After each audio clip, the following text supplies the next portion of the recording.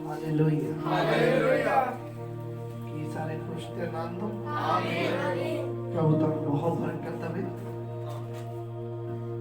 ਜਦੋਂ ਤੁਸੀਂ ਖੜੇ ਹੋ, ਅਸੀਂ ਸਭ ਖੜੇ ਹਾਂ, ਆਓ ਅਸੀਂ ਆਪਣੀ ਅੱਖਾਂ ਫਿਰ ਪ੍ਰਭੂ ਦੀ ਹਜ਼ੂਰੀ ਵਿੱਚ ਬੰਦ ਕਰਾਂਗੇ, ਆਪਣੇ ਸਿਰਾਂ ਨੂੰ ਝੁਕਾਵਾਂਗੇ।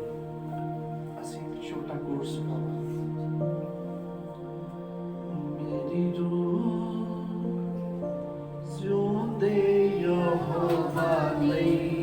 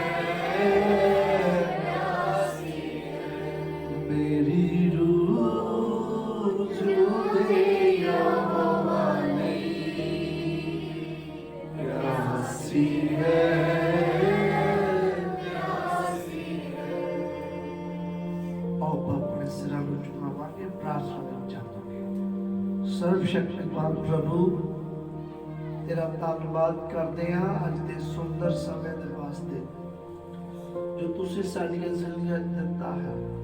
ਖੁਦਾਵੰਦ, ਹੁਣ ਅਸੀਂ ਤੇਰਾ ਪਵਿੱਤਰ ਵਚਨ ਸੁਣਨ ਦੇ ਲਈ ਤੇਰੇ ਪਾਸ ਆਉਂਦੇ ਹਾਂ। ਅਸੀਂ ਆਰਾਧਨਾ ਕਰ ਰਹੇ ਸੀ, ਆਰਾਧਨਾ ਵਿੱਚ ਪ੍ਰਭੂ ਅਸੀਂ ਤੇਰੇ ਪਵਿੱਤਰ ਆਤਮਾ ਨੂੰ ਮਹਿਸੂਸ ਕੀਤਾ, ਸਾਡੇ ਦਿਲ ਗਰਮ ਹੋ ਗਏ। ਔਰ ਖੁਦਾਵੰਦ, ਹੁਣ ਅਸੀਂ ਵਚਨ ਨੂੰ ਲੈ ਕੇ ਹੋਰ ਜ਼ਿਆਦਾ ਤਰੋਤਾਜ਼ੇ ਹੋ ਜਾਈਏ, ਹੋਰ ਜ਼ਿਆਦਾ ਗਰਮ ਹੋ ਜਾਈਏ। ਪ੍ਰਭੂ, ਸਾਡੇ ਜੀਵਨ ਇਹਨਾਂ ਵਚਨਾਂ ਨੂੰ ਸੁਣ ਕੇ ਬਦਲ ਜਾਣ। ਔਰ ਸਿਰਫ ਅਸੀਂ ਵਚਨ ਨੂੰ ਸੁਣਨ ਵਾਲੇ ਨਹੀਂ ਬਲਕਿ ਚੱਲਣ ਵਾਲੇ ਬਣੇ। ਸਾਡੇ ਤੇ ਕਿਰਪਾ ਕਰੋ ਕਿ ਜੋ ਸਾਡੀ ਸਟੱਡੀ ਚੱਲ ਰਹੀ ਪਿਛਲੇ ਦਿਨਾਂ ਦੀ, ਖੁਦਾਵੰਦ ਬਲੈਸ ਕਰੋ, ਇਹਨਾਂ ਬੱਚਿਆਂ ਨੂੰ ਬਲੈਸ ਕਰੋ। ਸੁਣਨ ਵਾਲੇ ਅਤੇ ਸੁਣਾਉਣ ਵਾਲੇ ਉੱਤੇ ਤੇਰਾ ਮਸਾ ਆਵੇ। ਸੁਣਨ ਅਤੇ ਸੁਣਾਉਣ ਵਾਲੇ ਇੱਕੋ ਮਸਾ ਦੇ ਥੱਲੇ ਆ ਜਾਣ। ਪ੍ਰਭੂ, ਤੇਰੇ ਵੱਡੇ ਅਜ਼ੀਮ ਕੰਮ ਹੋਣ, ਅਦਭੁਤ ਕੰਮ ਹੋਣ। ਇਹ ਪ੍ਰਾਰਥਨਾ ਪ੍ਰਭੂ ਯਿਸੂ ਮਸੀਹ ਦੇ ਜਿੰਦੇ ਨਾਮ ਵਿੱਚ ਮੰਗਦੇ ਹਾਂ। ਆਮੀਨ ਆਮੀਨ ਆਮੀਨ। ਤੁਸੀਂ ਸਭ ਬੈਠ ਸਕਦੇ ਹੋ। ਪ੍ਰਭੂ ਤੁਹਾਨੂੰ ਬਹੁਤ ਬਰਕਤ ਦੇ।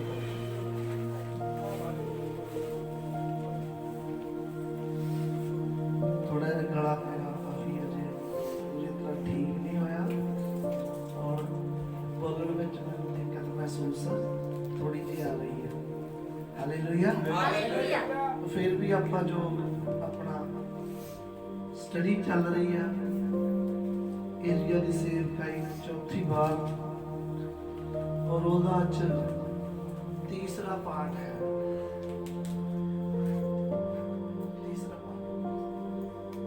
ਚੌਥੀ ਵਾਰ ਦੇ ਏਰੀਆ ਦਾ ਤੀਸਰਾ ਪਾਠ ਹੈ।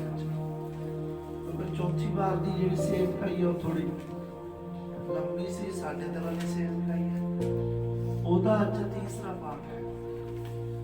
ਚੌਥੀ ਵਾਰ ਏਰੀਆ ਦੇ 2 ਪਾਠ ਆਪਾਂ ਦੇਖ ਚੁੱਕੇ ਹਾਂ, ਇਹ ਤੀਸਰਾ ਪਾਠ ਹੈ। ਔਰ ਅਸੀਂ ਅੱਜ ਇਸ ਨੂੰ ਕੋਸ਼ਿਸ਼ ਕਰਾਂਗੇ ਕਿ ਜੇ ਇਸ ਨੂੰ ਅਸੀਂ ਫਿਨਿਸ਼ ਕਰ ਸਕੀਏ ਤਾਂ ਤੁਹਾਨੂੰ ਬਹੁਤ ਬਰਕਤ ਦੇਵੇ। ਆਓ ਅਸੀਂ ਥੋੜਾ ਰਿਪੀਟ ਦੇਖਾਂਗੇ। ਅਸੀਂ ਦੇਖ ਰਹੇ ਸੀ ਜਿਹੜਾ ਏਲੀਆ ਹੈ ਉਹਦੀ 5 ਵਾਰ ਸੇਵਕਾਈ ਹੋਈ ਹੈ। ਪਹਿਲੀ ਵਾਰ ਜਿਹੜਾ ਏਲੀਆ ਸੀ ਉਹ ਸਰੀਰਕ ਰੂਪ ਦੇ ਵਿੱਚ ਖੁਦ ਏਲੀਆ ਤਿਸ਼ਬੀ ਸੀ। और दूसरी बार ਇਸੇ ਏਲੀਆ ਦਾ ਮਾਸਾ ਉਸਦੇ ਚੇਲੇ ਅਲੀਸ਼ਾ ਉੱਤੇ ਆਇਆ। ਅਲੀਸ਼ਾ ਨੇ ਸੇਵ ਪਹਿਲੂ ਕੀਤਾ। और तीसरी बार यूहन्ना बपतिस्मा देने वाला जो यीशु मसीह की पहली आमद तो पहला भेजा गया सी, ਉਹਦੇ ਉੱਤੇ ਏਲੀਆ ਦਾ ਮਸਾ ਸੀਗਾ। और चौथी बार एलिया जो साढ़े युग का एलिया है, सतवीं कलीसिया का दूत है। ਅਸੀਂ देख रहे हैं कि भाई ब्राह्मण है पर अजी पूरी तरह ਉਹਨੂੰ शो नहीं पाए कि क्लीयर करिए। ਅਸੀਂ ਸਿਰਫ ਇਹਨਾਂ ਦੇਖ ਰਹੇ ਸੀ ਪਿਛਲੇ ਦਿਨਾਂ 'ਚ, ਪਿਛਲੇ ਹਫਤੇ ਤੋਂ ਪਿਛਲੇ ਹਫਤੇ ਅਸੀਂ ਇਹ ਦੇਖਿਆ ਸੀ ਕਿ ਯਿਸੂ ਮਸੀਹ ਨੇ ਭਵਿੱਖਬਾਣੀ ਕੀਤੀ ਸੀ ਕਿ ਸੁਧਾਰ ਕਰਨ ਵਾਲਾ ਏਲੀਆ ਆਵੇਗਾ ਅਤੇ ਸਭ ਗੱਲਾਂ ਦਾ ਸੁਧਾਰ ਕਰੇਗਾ। ਔਰ ਪਿਛਲੇ ਐਤਵਾਰ ਅਸੀਂ ਇਹ ਦੇਖ ਰਹੇ ਸੀ ਕਿ ਕਿਹੜੀਆਂ ਗੱਲਾਂ ਦਾ ਵਿਗਾੜ ਹੋਇਆ ਸੀ। ਕਾਫੀ ਕੁਝ ਵਿਗਾੜ ਕੀਤਾ ਗਿਆ, ਕਾਫੀ ਵਿਗਾੜ ਆ ਗਿਆ ਸੀ ਮਸੀਹਤ ਦੇ ਅੰਦਰ। ਔਰ ਉਹਦੇ ਵਿੱਚੋਂ ਥੋੜਾ ਜਿਹਾ ਰਹਿੰਦਾ ਅਸੀਂ ਹੋਰ ਅੱਜ ਦੇਖਾਂਗੇ ਕਿ ਕੀ ਵਿਗਾੜ ਹੋਇਆ ਸੀ। ਫਿਰ ਉਸ ਵਿਗਾੜ ਦਾ ਸੁਧਾਰ ਦੇ ਬਾਰੇ ਬਾਈਬਲ ਦੇ ਵਿੱਚ ਭਵਿੱਖਬਾਣੀ ਕੀਤੀ ਗਈ ਸੀ। Hallelujah hallelujah. ਸੋ ਅਸੀਂ ਦੇਖ ਰਹੇ ਸੀ ਉਸ ਦਿਨ ਅਸੀਂ ਕਿੰਨੀਆਂ ਗੱਲਾਂ ਦੇਖ ਲਈਆਂ ਸੀ। ਜੇ ਕਿਸੇ ਨੇ ਲਿਖਿਆ ਹੋਇਆ ਤਾਂ ਦੱਸੋ ਤਾਂ ਬਈ ਕਿੰਨੀਆਂ ਗੱਲਾਂ ਲੈ ਆਪਾਂ ਦੇਖੀਆਂ ਸੀ। 18 ਗੱਲਾਂ ਜਿਹੜੀਆਂ ਮਸੀਹਤ ਵਿੱਚ ਜੋੜੀਆਂ ਗਈਆਂ, ਮਸੀਹ ਲੋਕਾਂ ਨੂੰ ਗਲਤ ਸਿੱਖਿਆ ਵਿੱਚ ਸਿਖਾਈਆਂ ਨਹੀਂ। 18 ਗੱਲਾਂ। ਔਰ ਅੱਜ ਖੁੱਲੀ ਵੀ ਗੱਲ ਅਸੀਂ ਦੇਖਾਂਗੇ। 1100 ਈਸਵੀ ਦੇ ਵਿੱਚ ਜੋੜੀ ਗਈ। 1100 ਈਸਵੀ ਦੇ ਵਿੱਚ ਇਹ ਸੀ ਕਿ ਜਿਹੜੀ ਪ੍ਰਭੂ ਭੋਜ ਹੈ, ਪ੍ਰਭੂ ਭੋਜ ਦੇ ਵਿੱਚ ਰੋਟੀ ਇਸਤੇਮਾਲ ਹੁੰਦੀ ਹੈ ਤੇ ਦਾਖਰਸ ਇਸਤੇਮਾਲ ਹੁੰਦੀ ਹੈ। ਪਰ ਰੋਮਨ ਕੈਥੋਲਿਕ ਨੇ ਇਸ ਦੀ ਇੱਕ ਸਿੱਖਿਆ ਬਣਾਈ ਕਿ ਇਹ ਜਿਹੜੀ ਰੋਟੀ ਹੈ ਅਸਲੀ ਵਿੱਚ ਯਿਸੂ ਮਸੀਹ ਦਾ ਸਰੀਰ ਬਣ ਜਾਂਦਾ ਹੈ, ਅਸਲੀ ਵਿੱਚ ਯਿਸੂ ਮਸੀਹ ਦਾ ਲਹੂ ਬਣ ਜਾਂਦਾ। ਇਹ ਸਿੱਖਿਆ ਬਣਾਈ ਗਈ ਅਤੇ ਇਸ ਪ੍ਰਭੂ ਭੋਜ ਦੇ ਉੱਤੇ ਜਿੱਥੇ ਰੋਟੀ ਰੱਖੀ ਜਾਂਦੀ ਆ, ਜਿੱਥੇ ਆਪਣਾ ਦਾਖਰਸ ਰੱਖੀ ਜਾਂਦੀ ਆ, ਉਹਦੇ ਉੱਤੇ ਪਹਿਰਾ ਦੇਣਾ ਸ਼ੁਰੂ ਕੀਤਾ। ਪਹਿਰਾ ਜਿਵੇਂ ਯਿਸੂ ਮਸੀਹ ਦੀ ਲਾਸ਼ ਦੇ ਉੱਤੇ ਪਹਿਰਾ ਦਿੱਤਾ ਗਿਆ ਸੀ, ਉਸੇ ਤਰ੍ਹਾਂ ਹੀ ਯਿਸੂ ਮਸੀਹ ਦੀ ਰੋਟੀ ਜਿਹੜੀ ਆਪਾਂ ਪ੍ਰਭੂ ਭੋਜ ਇਸਤੇਮਾਲ ਕਰਦੇ ਆ ਅਤੇ ਦਾਖਰਸ, ਉਹਦੇ ਉੱਤੇ ਪਹਿਰਾ ਦੇਣ ਦੀ ਸਿੱਖਿਆ ਸ਼ੁਰੂ ਕੀਤੀ ਗਈ 1100 ਈਸਵੀ ਦੇ ਵਿੱਚ। ਸਮਝ ਲੱਗੀ? ਮਹਾਨ ਸੇਵਾਦਾਰ ਮਾਰਟਿਨ ਲੂਥਰ ਇਸੇ ਗੱਲ ਤੋਂ ਹੀ ਉਹਨੇ ਬਹੁਤ ਠੋਕਰ ਲੱਗੀ ਸੀ ਕਿ ਜਦੋਂ ਕੈਥੋਲਿਕ ਦੇ ਵਿੱਚ ਪ੍ਰਭੂ ਭੋਜ ਹੋ ਰਿਹਾ ਸੀ ਔਰ ਉਹਨੂੰ ਪ੍ਰਭੂ ਭੋਜ ਦਿੱਤਾ ਗਿਆ, ਉਹਨੂੰ ਕਿਹਾ ਗਿਆ ਇਹ ਯਿਸੂ ਮਸੀਹ ਦਾ ਬਦਨ, ਅਸਲੀ ਬਦਨ, ਯਿਸੂ ਮਸੀਹ ਦਾ ਅਸਲੀ ਦੇਹ ਹੈ, ਇਹਨੂੰ ਖਾ। ਉਹਨੇ ਚਰਚ ਦੇ ਵਿੱਚ ਸੁੱਟ ਦਿੱਤੀ ਸੀ, ਕਹਿੰਦਾ ਇਹ ਬਦਨ, ਇਹ ਰੋਟੀ ਹੀ ਹੈ, ਇਹ ਰੋਟੀ ਹੈ ਬਦਨ ਲਈ। ਇਹ ਬਦਲ ਨੂੰ ਦਿਖਾਉਂਦਾ ਹੈ, ਬਦਲ ਲਈ ਹੈ। ਇਸ ਗੱਲ ਤੇ ਉਹ ਪੂਰੇ ਕੈਥੋਲਿਕ ਦੇ ਵਿਰੋਧ ਉੱਠਿਆ ਸੀ ਕਿ ਤੁਸੀਂ ਕਿਹੜੀਆਂ ਗਲਤ ਸਿੱਖਿਆਵਾਂ ਜਿਹੜੀਆਂ ਜੋੜ ਦਿੱਤੀਆਂ। ਇਹ ਵਿਗਾੜ ਸੀ ਮਸੀਹਤ ਦੇ ਅੰਦਰ। ਤੁਹਾਨੂੰ ਨਹੀਂ ਪਤਾ ਕਿਉਂਕਿ ਤੁਸੀਂ 35 ਅਗਸਤ ਲਈ ਪੈਦਾ ਹੋਏ ਆ ਜਿਹੜੇ ਇੱਥੇ ਬੈਠੇ ਹੋ, ਨਵੇਂ ਪੈਦਾ। ਦੇਖੋ ਮੈਂ ਕਾਫੀ ਟਾਈਮ ਤੋਂ ਮਸੀਹ ਵਿੱਚ ਚੱਲ ਰਿਹਾ, 22 ਸਾਲ ਹੋ ਗਏ। ਮੈਂ ਜਾਣਦਾ ਲੋਕਾਂ ਦੀ ਗਵਾਹੀਆਂ ਸੁਣੀਆਂ, ਮੈਂ ਬਹੁਤ ਦਿੰਦੇ ਰਹੇ ਆ ਕੈਥੋਲਿਕ ਦੇ ਲੋਕ। ਇੱਕ ਦਿਨ ਮੈਂ ਰੋਟੀ ਆਪਣੀ ਜੇਬ ਚ ਪਾ ਲਈ, ਦੇਖਿਆ ਤੇ ਉਹ ਖੂਨ ਨਾਲ ਲੱਥ-ਪੱਥ ਸੀ। ਕਈ ਲੋਕ ਇਹ ਕਹਿੰਦੇ ਕਿ ਇੱਕ ਵਾਰ ਕੀ ਹੋਇਆ ਤੇ ਮੈਂ ਰੋਟੀ ਲੈ ਕੇ ਰੱਖ ਲਈ ਪ੍ਰਭੂ ਭੋਜ ਵਾਲੀ, ਦੇਖਿਆ ਤੇ ਉਹ ਯਿਸੂ ਦਾ ਮਾਸ ਬਣ ਗਿਆ ਸੀ। मतलब इदां दी झूठियां शिक्षावां बोलते रहते हैं। और कई कह दो मेरे हथों पे खून आ गया, मैं दुआ करता रहा खून आ गया, खून, ये जी गल्लां बहुत करते हैं।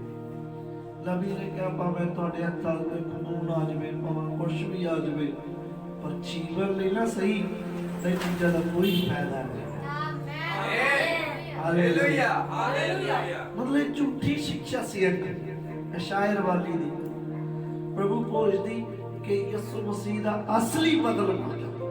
प्रभु खोजता असीं भी करते हैं, मैसेज दे लोग भी करते हैं, पर असीं ये विश्वास नहीं करते कि ये यसु मसीह का बदल बन गया, असली बदल। जिसम बॉडी मीट बन गया, मांस, वो मांस नहीं बनता, मांस नूं दिखाउंदा। इसे तरह यसु मसीह साडी खातर तोड़िया गया सी, साडी खातर तोड़िया गया, बस इतना ही। वो इस चीज नूं दिखाउंदा रोटी कि यसु मसीह साडी खातर तोड़िया गया सी। Hallelujah, hallelujah. वो कोई मांस नहीं बन जाता, ना ही दाखिल लहू बन जाती है। ये झूठी शिक्षा, ये फेक डॉक्टर है जो मसीहत विच घसोड़ी गई और एक धक्को धक्की लागू की गई। अज भी कैथलिक दे चर्चा दे विच ये सिखाया जाता कि ये यसु मसीह दा बदल सिखाया जाता। अज भी कैथलिक दे चर्चा दे अंदर ये बदल और उत्ते पैरा भी दिता जाता है। Hallelujah, hallelujah. पर बाइबल च इस तरह की कोई शिक्षा नहीं है। और उसने सिखाया कि जब तुम रोटी खा ली इकट्ठे होते हो तो तुम प्रभु की मौत का प्रचार करते हो। ये नहीं उन्हें क्या कि एक बदल बढ़ जाता है, जाके कोई असली लहू बढ़, एक कोई असली लहू नहीं बढ़ जाता। आमीन, आमीन, हालेलुया, हालेलुया। और जे तुसी कभी ने दसिया, मार्टिन लूथर ने भी दसिया कि जेकर तुसी सच्ची मुच्ची यसु मसीह दा लहू खा रहे पी रहे हो ते बदल सच्ची मुच्ची खा रहे हो, तो फिर की असी आदमखोर? कैथलिक ने तो सानू आदमखोर ही बनाता भी। ये तो यसु मसीह दा असली बदल, ਆਪਾਂ ਯਿਸੂ ਮਸੀਹ ਦਾ ਭਲਾ ਅਸਲੀ ਬਦਲ ਖਾ ਲਵਾਂਗੇ ਤਾਂ ਫਿਰ ਇਹ ਇੱਕ ਝੂਠੀ ਸਿੱਖਿਆ ਲਈ। ਫਿਰ ਇਹ ਤਾਂ ਇੱਕ ਝੂਠੀ ਸਿੱਖਿਆ ਕਿ ਅਸੀਂ ਯਿਸੂ ਮਸੀਹ ਦਾ ਬਦਲ ਖਾ ਰਹੇ, ਬੋਡੀ ਖਾ ਰਹੇ। ਆਪਾਂ ਖਾ ਲਾਂਗੇ ਯਿਸੂ ਮਸੀਹ ਦੀ ਬੋਡੀ, ਪਰ ਕਿਸੇ ਵੀ ਬੰਦੇ ਦੀ ਬੋਡੀ ਤਾਂ ਖਾ ਨਹੀਂ ਸਕਦੇ ਨਾ। Hallelujah, hallelujah. ਤਾਂ ਯਿਸੂ ਮਸੀਹ ਨੇ ਰੋਟੀ ਨੂੰ ਦਿਖਾਇਆ। ਯਿਸੂ ने ਕਿਹਾ ਵੀ ਸੀ कि जो स्वर्ग और रोटी उतरी हो है। आमीन, आमीन। यीशु मसीह असली रोटी है। और असल च ਅਸੀਂ ਇਸ ਨੂੰ ਕਿਵੇਂ ਖਾਂਦੇ ਆ? ਜਦੋਂ ਅਸੀਂ ਵਚਨ ਖਾਂਦੇ ਆ, ਜਦੋਂ ਅਸੀਂ ਵਚਨ, ਉਹ ਯੀਸ਼ੂ ਮਸੀਹ ਵਚਨ ਹੈ। ਯੀਸ਼ੂ ਮਸੀਹ ਨੇ ਕਿਹਾ ਵੀ ਕਿ ਇਨਸਾਨ ਰੋਟੀ ਨਾਲ ਜਿਉਂਦਾ ਨਹੀਂ ਰਹਿੰਦਾ, ਮੇਰੇ ਵਚਨ ਨਾਲ ਇਹ ਵਚਨ ਖਾਣਾ। ਜਦੋਂ ਵਚਨ ਖਾ ਲੈਂਦਾ ਅਸੀਂ ਯਿਸੂ ਮਸੀਹ ਨੂੰ ਖਾ ਰਹੇ ਹਾਂ। ਅਸੀਂ ਜਿਹੜੀ ਪ੍ਰਭੂ ਕੋਲ ਦੀ ਰੋਟੀ ਹੈ ਉਹ ਇਹੀ ਦਿਖਾ ਰਹੀ ਹੈ ਕਿ ਅਸੀਂ ਵਚਨ ਖਾਂਦੇ ਹਾਂ ਆਪਣੇ ਦਿਲ ਦੇ ਵਿੱਚ। ਪੂਰਾ ਮਹੀਨਾ ਵਚਨ ਖਾਂਦੇ ਹਾਂ, ਮਹੀਨੇ ਦੇ ਪਹਿਲੇ ਐਤਵਾਰ ਅਸੀਂ ਰੋਟੀ ਤੋੜ ਕੇ ਦਿਖਾਉਂਦੇ ਕਿ ਅਸੀਂ ਵਚਨ ਖਾ ਰਹੇ ਹਾਂ। ਆਮੀਨ, ਆਮੀਨ, ਹਾਲੇਲੂਇਆ, ਹਾਲੇਲੂਇਆ। ਅਗਲੀ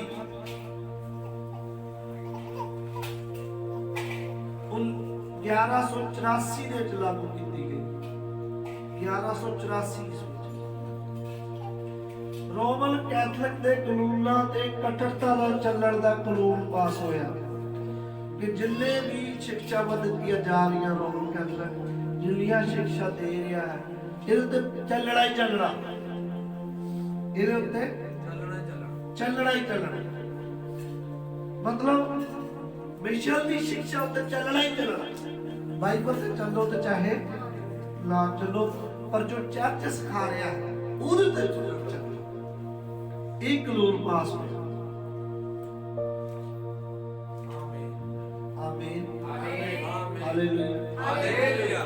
ਨਾਲ ਵੀ ਅਸੀਂ ਆਇਤ ਪੜ੍ਹੀ ਸੀ, ਅੱਜ ਹੁਣ ਫਿਰ ਤੋਂ ਪੜਾਂਗੇ ਗਲਾਤੀਆਂ ਦੀ ਕਿਤਾਬ 1:8 ਹੈ।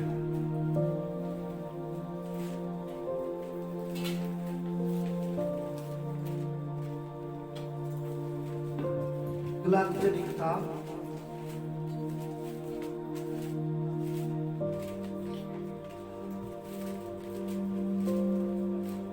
1:8 ਹੈ।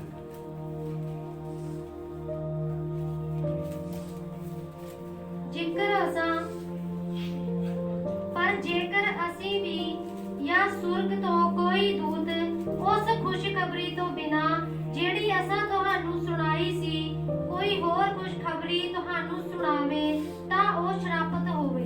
ਆ ਦੇਖ ਲੋ ਲਿਖਿਆ ਨਾ, ਸੰਤ ਪਲੂਸ ਨੇ ਸਿਖਾਇਆ ਵੀ ਜਿਹੜੀ ਖੁਸ਼ਖਬਰੀ ਤੁਹਾਨੂੰ ਸੁਣਾਈ ਗਈ ਹੋਰ ਕੋਈ ਖੁਸ਼ਖਬਰੀ ਤੁਹਾਨੂੰ ਸੁਣਾ ਦਿੱਤੀ ਜਾਵੇ ਤਾਂ ਉਹ ਸ਼ਰਾਪਤ ਹੋ ਜਾਵੇ। ਪਰ ਇਹਨਾਂ ਨੇ ਕੀ ਕਾਨੂੰਨ ਪਾਸ ਕੀਤਾ ਕਿ ਸਾਡੇ ਕਾਨੂੰਨ ਕਠੋਰਤਾ ਦੇ ਨਾਲ ਮੰਨਣੇ ਆ।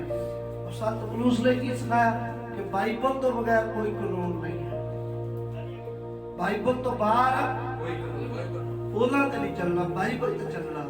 ਪਰ ਇਹਨਾਂ ਨੇ ਕੀ ਸਿਖਾਇਆ ਕਿ ਸਾਡੇ ਕਾਨੂੰਨਾਂ ਤੇ ਚੱਲਣਾ। ਬਾਈਬਲ ਨੇ ਸਿਖਾਇਆ ਕਿ ਤੁਸੀਂ ਬਾਈਬਲ ਤੇ ਚੱਲਣਾ। ਔਰ ਤੁਸੀਂ ਕਿਸ ਦੀ ਗੱਲ ਸੁਣੋਗੇ? ਬਾਈਬਲ ਦੀ ਸੁਣੋਗੇ। ਪਰ ਕੈਥੋਲਿਕ ਦੇ ਲੋਕਾਂ ਦੇ ਲਈ ਬਾਈਬਲ ਇੱਕ ਆਮ ਕਿਤਾਬ ਹੈ, ਇਸ ਤੋਂ ਕੋਈ ਜ਼ਿਆਦਾ ਨਹੀਂ। ਇਹਨੂੰ ਉਹ ਕਹਿੰਦੇ ਸਾਡੀ ਕਲੀਸਿਆ ਦਾ ਇਤਿਹਾਸ, ਆਪ ਦੀ ਕਲੀਸਿਆ ਦਾ ਇਤਿਹਾਸ ਮੰਨਦੇ ਹੁਣ ਕੁਛ ਨਹੀਂ ਮੰਨਦੇ। ਬਾਈਬਲ ਜੋ ਪੌਪ ਸਿਖਾ ਰਿਹਾ ਹੈ, ਜੋ ਉਹਨਾਂ ਦੇ ਕਾਨੂੰਨ ਆ ਉਹ ਹੀ ਮੰਨੇ ਜਾਣ। ਕੱਟਣ ਜਦੋਂ ਜੀ ਕਰਦਾ ਨਵਾਂ ਕਾਨੂੰਨ ਪਾਸ ਕਰਕੇ ਲਾਗੂ ਕਰ ਲੈਂਦੇ ਆ, ਜਦੋਂ ਜੀ ਕਰਦਾ ਹਟਾ ਦਿੰਦੇ, ਕੋਈ ਗੱਲ ਲਾਗੂ ਕਰ ਦਿੰਦੇ। ਮਤਲਬ ਉਹਨਾਂ ਨੇ ਆਪ ਦੀਆਂ ਗੱਲਾਂ ਨੂੰ ਬਾਈਬਲ ਤੋਂ ਉੱਤੇ ਰੱਖ ਲਿਆ ਹੋਇਆ ਹੈ। ਆਪ ਦੀਆਂ ਗੱਲਾਂ ਨੂੰ ਬਾਈਬਲ ਤੋਂ ਉੱਤੇ ਰੱਖ ਲਿਆ। ਇਹ ਬਗਾੜ ਹੋ ਗਿਆ ਸੀ ਮਸੀਹ ਦੇ ਅੰਦਰ, ਇੱਕ ਝੂਠੀ ਸਿੱਖਿਆ ਹੋਰ ਕੀਤੀ ਗਈ।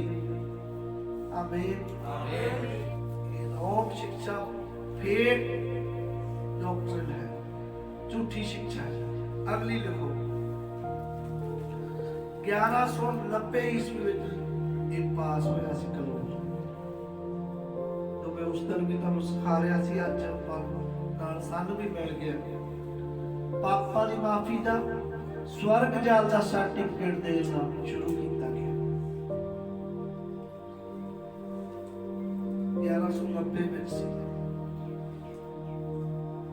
स्वर्ग जाण दा सर्टिफिकेट, पापा दी माफी दा सर्टिफिकेट दिते जाण लगे। आमीन। कैथोलिक दे अंदर एक शिक्षा आई सी जे कोई पाप करता है तो वो कुछ पैसे चर्च नूं पे करे तो उन्हें एक सर्टिफिकेट दिता जाऊगा, पापा दी माफी दा सर्टिफिकेट, स्वर्ग जाण दा सर्टिफिकेट कि ये बंदा हुण स्वर्ग जा रहा है पक्का ही, इस स्वर्ग का नागरिक है। ये एक सर्टिफिकेट दे दिता जाता है।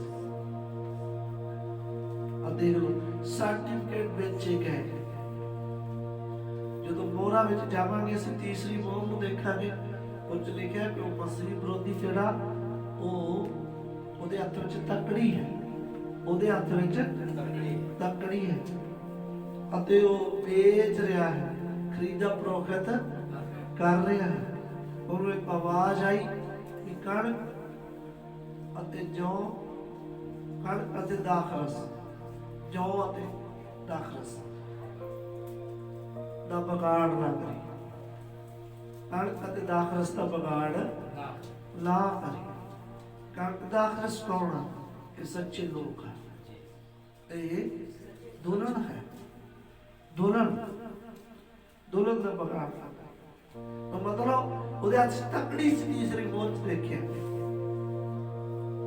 ਇਹ ਤੀਸਰੀ ਮੋਹਰ ਦਾ ਸਮਾਂ ਲੱਗਦਾ ਪਿਆ 1190 ਈਸਵੀ, ਜਦੋਂ ਪਾਪਾਂ ਦੀ ਮਾਫੀ ਅਤੇ ਸਵਰਗ ਜਾਲ ਦੇ ਸਰਟੀਫਿਕੇਟਾਂ ਦੀ ਕੀਮਤ ਰੱਖੀ ਗਈ।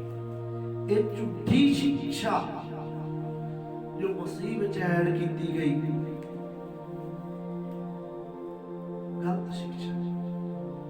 ਪਰ ਬਾਈਬਲ 'ਚ ਕੋਈ ਸਿੱਖਿਆ ਨਹੀਂ ਹੈਗੀ ਕਿ ਅਸੀਂ ਕਿਸੇ ਦੇ ਪੱਕੇ ਪਾਪਾਂ ਦੀ ਮਾਫੀ ਦਾ ਕੋਈ ਸਰਟੀਫਿਕੇਟ ਲਾਗੂ ਕਰਦਾ ਜਾਂ ਸਵਰਗ ਜਾਣ ਦਾ ਕੋਈ ਸਰਟੀਫਿਕੇਟ ਕਿਸੇ ਪਾਸਟਰ ਦੇ ਹੱਥ ਵਿੱਚ ਹੈ ਕਿਸੇ ਪਾਸਟਰ ਤਾਂ ਫਿਰ ਇਹ ਝੂਠੀ ਸਿੱਖਿਆ ਨਹੀਂ। ਕੈਥੋਲਿਕ ਦੇ ਲੋਕਾਂ ਨਾਲ ਗੱਲ ਕਰੋਗੇ ਉਹਨਾਂ ਨੂੰ ਤੁਹਾਨੂੰ ਪੈਰਾਂ ਤੇ ਪਾਣੀ ਨਹੀਂ ਪੈਂਦਾ। ਉਹ ਕਹਿਣਗੇ ਪੋਪ ਦੇ ਹੱਥ 'ਚ ਸਾਰਾ ਕੁਝ ਕਰ ਸਕਦਾ ਹੈ, ਦੇ ਸਕਦਾ ਹੈ, ਜਿਹਨੂੰ ਕਹਿ ਸਕਦਾ ਸਵਰਗ ਜਾ ਸਕਦਾ। ਇਹ ਝੂਠੀ ਸਿੱਖਿਆ ਹੈ। ਇਹ ਕੀ ਹੈ? ਝੂਠੀ ਸਿੱਖਿਆ ਹੈ। ਇਹ ਬੀਬੀ ਸੀ ਹੁਣ ਕਿਵੇਂ ਆਏਗੀ ਨਾ ਇਹੀ ਕਿਵੇਂ ਸੀ। ਦੇਖ ਲਓ ਬਈ ਕੀ ਕੁਛ ਵਿਗਾੜ ਹੋਇਆ, ਪਰ ਬਾਈਬਲ 'ਚ ਇਸ ਤਰ੍ਹਾਂ ਦੀ ਕੋਈ ਕਹਾਣੀ ਨਹੀਂ ਹੈਗੀ ਕਿ ਕਿਸੇ ਨੂੰ ਕੋਈ ਸਰਟੀਫਿਕੇਟ ਦੇ ਦਿੱਤਾ ਜਾਊਗਾ। ਆਮੀਨ। ਅਗਲਾ ਪੜਾਂਗੇ 1200 ਈਸਵੀ ਦੇ ਵਿੱਚ ਲਾਗੂ ਕੀਤਾ ਗਿਆ। ਜਿਹੜਾ ਪ੍ਰਭੂ ਭੋਜ ਸੀ ਇਹਦੇ ਵਿੱਚ ਰੋਟੀ ਇਸਤੇਮਾਲ ਹੁੰਦੀ ਸੀ, ਦਾਖਰਕ ਇਸਤੇਮਾਲ ਹੁੰਦੀ ਸੀ, ਪਰੰਤੂ ਇਹਨਾਂ ਨੇ ਰੋਟੀ ਹਟਾਤੀ, ਗੋਲ ਬਿਸਕੁਟ ਲਾਗੂ ਕਰ ਦਿੱਤੇ। ਗੋਲ ਬਿਸਕੁਟ ਐਸਾ ਸੂਰਜ ਦੀ ਸ਼ਕਲ ਦੇ, ਸੂਰਜ ਦੀ ਸ਼ਕਲ ਦੇ ਗੋਲ ਬਿਸਕੁਟ। Hallelujah, hallelujah. ਗੋਲ ਬਿਸਕੁਟ ਲਾਗੂ ਕਰ ਦਿੱਤੇ। ਇਹ ਲਾਗੂ ਨਹੀਂ ਕੀਤੇ ਦਾ ਕਾਨੂੰਨ ਬਣਾਇਆ ਕਿ ਅੱਜ ਤੋਂ ਬਾਅਦ ਰੋਟੀ ਇਸਤੇਮਾਲ ਨਹੀਂ ਹੋਵੇਗੀ ਔਰ ਇਹ ਬਿਸਕੁਟ ਹੀ ਇਸਤੇਮਾਲ ਹੋਣਗੇ। 1200 ਚ ਹੋਇਆ ਸੀ। ਰੋਟੀ ਹਟਾ ਦਿੱਤੀ। ਆਮ ਅਸਲੀ ਰੋਟੀ ਜਿਹੜੀ ਬਿਨਾਂ ਖਮੀਰ ਤੋਂ ਹੁੰਦੀ ਆ, ਘਰ ਦੇ ਵਿੱਚ ਬਣਾਈ ਜਾਂਦੀ ਆ, ਉਹ ਪਵਿੱਤਰ ਆਤਮਾ ਪਾਇਆ ਖੁਦਾ ਦਾ ਬੰਦਾ ਉਸ ਨੂੰ ਬਣਾਉਂਦਾ ਹੈ ਤੇ ਬੰਦੀ ਉਸ ਨੂੰ ਬਣਾਉਂਦੀ ਆ। ਉਹ ਰੋਟੀ ਜਿਹੜੀ ਇਸਤੇਮਾਲ ਕੀਤੀ ਜਾਂਦੀ ਆ ਉਹ ਹਟਾ ਦਿੱਤੀ। ਚਰਚਾਂ ਦੇ ਵਿੱਚ ਉਹ ਰੋਟੀ ਹਟਾਤੀ। ਬਿਸਕੁਟ ਜੋ ਸੂਰਜ ਦੀ ਸ਼ਕਲ ਦੇ ਵਿੱਚ ਬਣਾਏ ਜਾਂਦੇ ਗੋਲ, ਉਹ ਲਾਗੂ ਕੀਤੇ ਗਏ ਵੀ ਅੱਜ ਤੋਂ ਬਾਅਦ ਇਹ ਬਿਸਕੁਟ ਹੀ ਚਰਚਾ ਦੇ ਵਿੱਚ ਇਸਤੇਮਾਲ ਹੋਣਗੇ। ਇਹ ਇੱਕ ਝੂਠੀ ਸਿੱਖਿਆ ਹੋਰ ਐਡ ਕਰ ਦਿੱਤੀ ਗਈ ਵਸੀਅਤ ਦੇ ਅੰਦਰ। ਸਮਝ ਲੱਗ ਰਹੀ ਕੀ ਵਿਗਾੜ ਹੋ ਗਿਆ? ਅੱਜ ਸਾਰੇ ਸੁਸਤ ਜਿਹੇ ਲੱਗਦੇ ਹੋ। ਥੋੜਾ ਭਾਈ ਨੇ ਵਧੀਆ ਸਾਈਲੈਂਟ ਕਰਕੇ ਉਠਾते वैसे। Hallelujah, hallelujah. आमीन, हालेलुया भी बोल दो ना। तो ये एक झूठी शिक्षा है जो मसीहत ਦੇ ਵਿੱਚ ਐਡ ਕਰ ਦਿੱਤੀ ਗਈ। ਬਾਈਬਲ ਦੇ ਵਿੱਚ ਤਾਂ ਯਿਸੂ ਮਸੀਹ ਨੇ ਰੋਟੀ ਲਈ ਸੀ, ਕੋਈ ਬਿਸਕੁਟ ਨਹੀਂ ਸੀ ਲਿਆ ਸੂਰਜ ਦੀ ਸ਼ਕਲ ਦੇ ਵਿੱਚ। ਅਸਲ 'ਚ ਤਾਂ ਇਹ ਸੂਰਜ ਦੇਵਤਾ ਨੂੰ ਦਬਾਉਂਦੀ ਆ। ਜਿਹੜੇ ਇਹਨਾਂ ਨੇ ਬਿਸਕੁਟ ਇਸਤੇਮਾਲ ਕੀਤਾ ਗੋਲ, ਥੋੜਾ ਪੀਲੇ ਰੰਗ ਦਾ ਇਸਤੇਮਾਲ ਕਰਦੇ ਆ। ਦੇਖ ਲਿਓ ਕਦੇ YouTube ਦੇ ਉੱਤੇ ਖੋਲ ਕੇ ਹੁਣ ਕੈਥੋਲਿਕ ਦਾ ਪ੍ਰਭੂ ਭੋਜ ਉਹ ਪੀਲੇ ਰੰਗ ਦਾ ਬਿਸਕੁਟ ਤੋੜਦੇ ਆ ਸੂਰਜ ਦੇਵਤੇ ਦੀ ਸ਼ਕਲ ਦੇ ਵਿੱਚ, ਉਹ ਇਸਤੇਮਾਲ ਕੀਤਾ ਜਾਂਦਾ ਹੈ। ਪਰ ਇਹ ਸਿੱਖਿਆ ਲਾਗੂ ਕੀਤੀ ਗਈ। ਬਾਈਬਲ ਦੇ ਵਿੱਚ ਤਾਂ असली रोटी इस्तेमाल हुई है। नबी ने इस चीज का सुधार किया सी आगे कि ये रोटी होनी चाहिए है। रोटी ये डब रोटी नहीं होनी चाहिए, ना ही ये बिस्कुट होने चाहिए। नबी ने ये चीज बहाल की सी। तो ये आम रोटी जी घरे बनाई जाती वो रोटी ही होनी, ये कोई भी चीज ऐड की होनी चाहिए। ਤੁਸੀਂ ਇਹਦੇ 'ਚ ਖੰਡ ਇਸਤੇਮਾਲ ਕਰ ਲਓ ਜਾਂ ਇਹਦੇ ਵਿੱਚ ਕੋਈ ਹੋਰ ਚੀਜ਼ਾਂ ਐਡ ਕਰਕੇ ਇਹਨੂੰ ਵਧੀਆ ਬਣਾ ਲਓ। ਵਧੀਆ ਵੈਸੇ ਹੀ ਬਹੁਤ ਵਧੀਆ ਸਿੰਪਲ ਰੋਟੀ ਬਿਨਾਂ ਖਮੀਰ ਤੋਂ ਜਿਹੜੀ ਹੁੰਦੀ ਹੈ ਉਹ ਸਭ ਤੋਂ ਵਧੀਆ ਹੀ ਹੁੰਦੀ ਹੈ।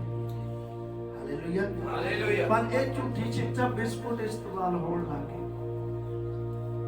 ਇੱਕ ਝੂਠੀ ਸਿੱਖਿਆ ਅਸੀਂ ਬਿਸਕੁਟ ਇਸਤੇਮਾਲ ਨਹੀਂ।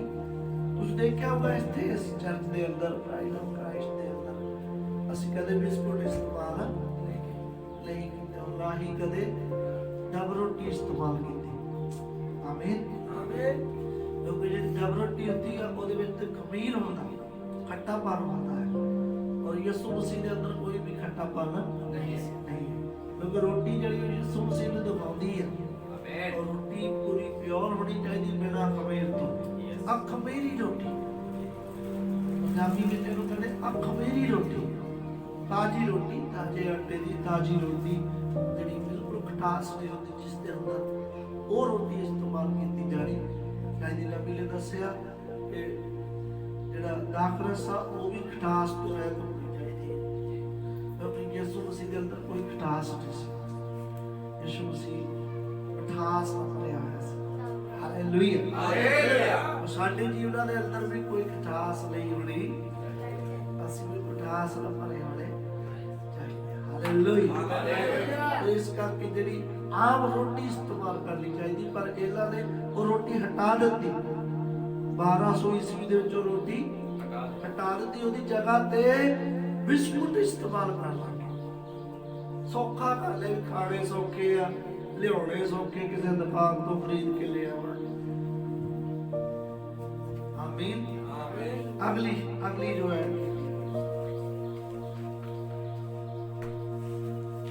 1215 ਈਸਵੀ ਦੇ ਵਿੱਚ ਇਹ ਸਿੱਖਿਆ ਲਾਗੂ ਕੀਤੀ ਗਈ ਕਿ ਘੱਟੋ ਘੱਟ ਸਾਲ ਦੇ ਵਿੱਚ ਇੱਕ ਵਾਰ ਜ਼ਰੂਰ ਹਰੇਕ ਬੰਦਾ ਪਾਸਟਰ ਦੇ ਸਾਹਮਣੇ ਆਪਣੇ ਗੁਨਾਹਾਂ ਦਾ ਇਕਰਾਰ ਕਰੇ।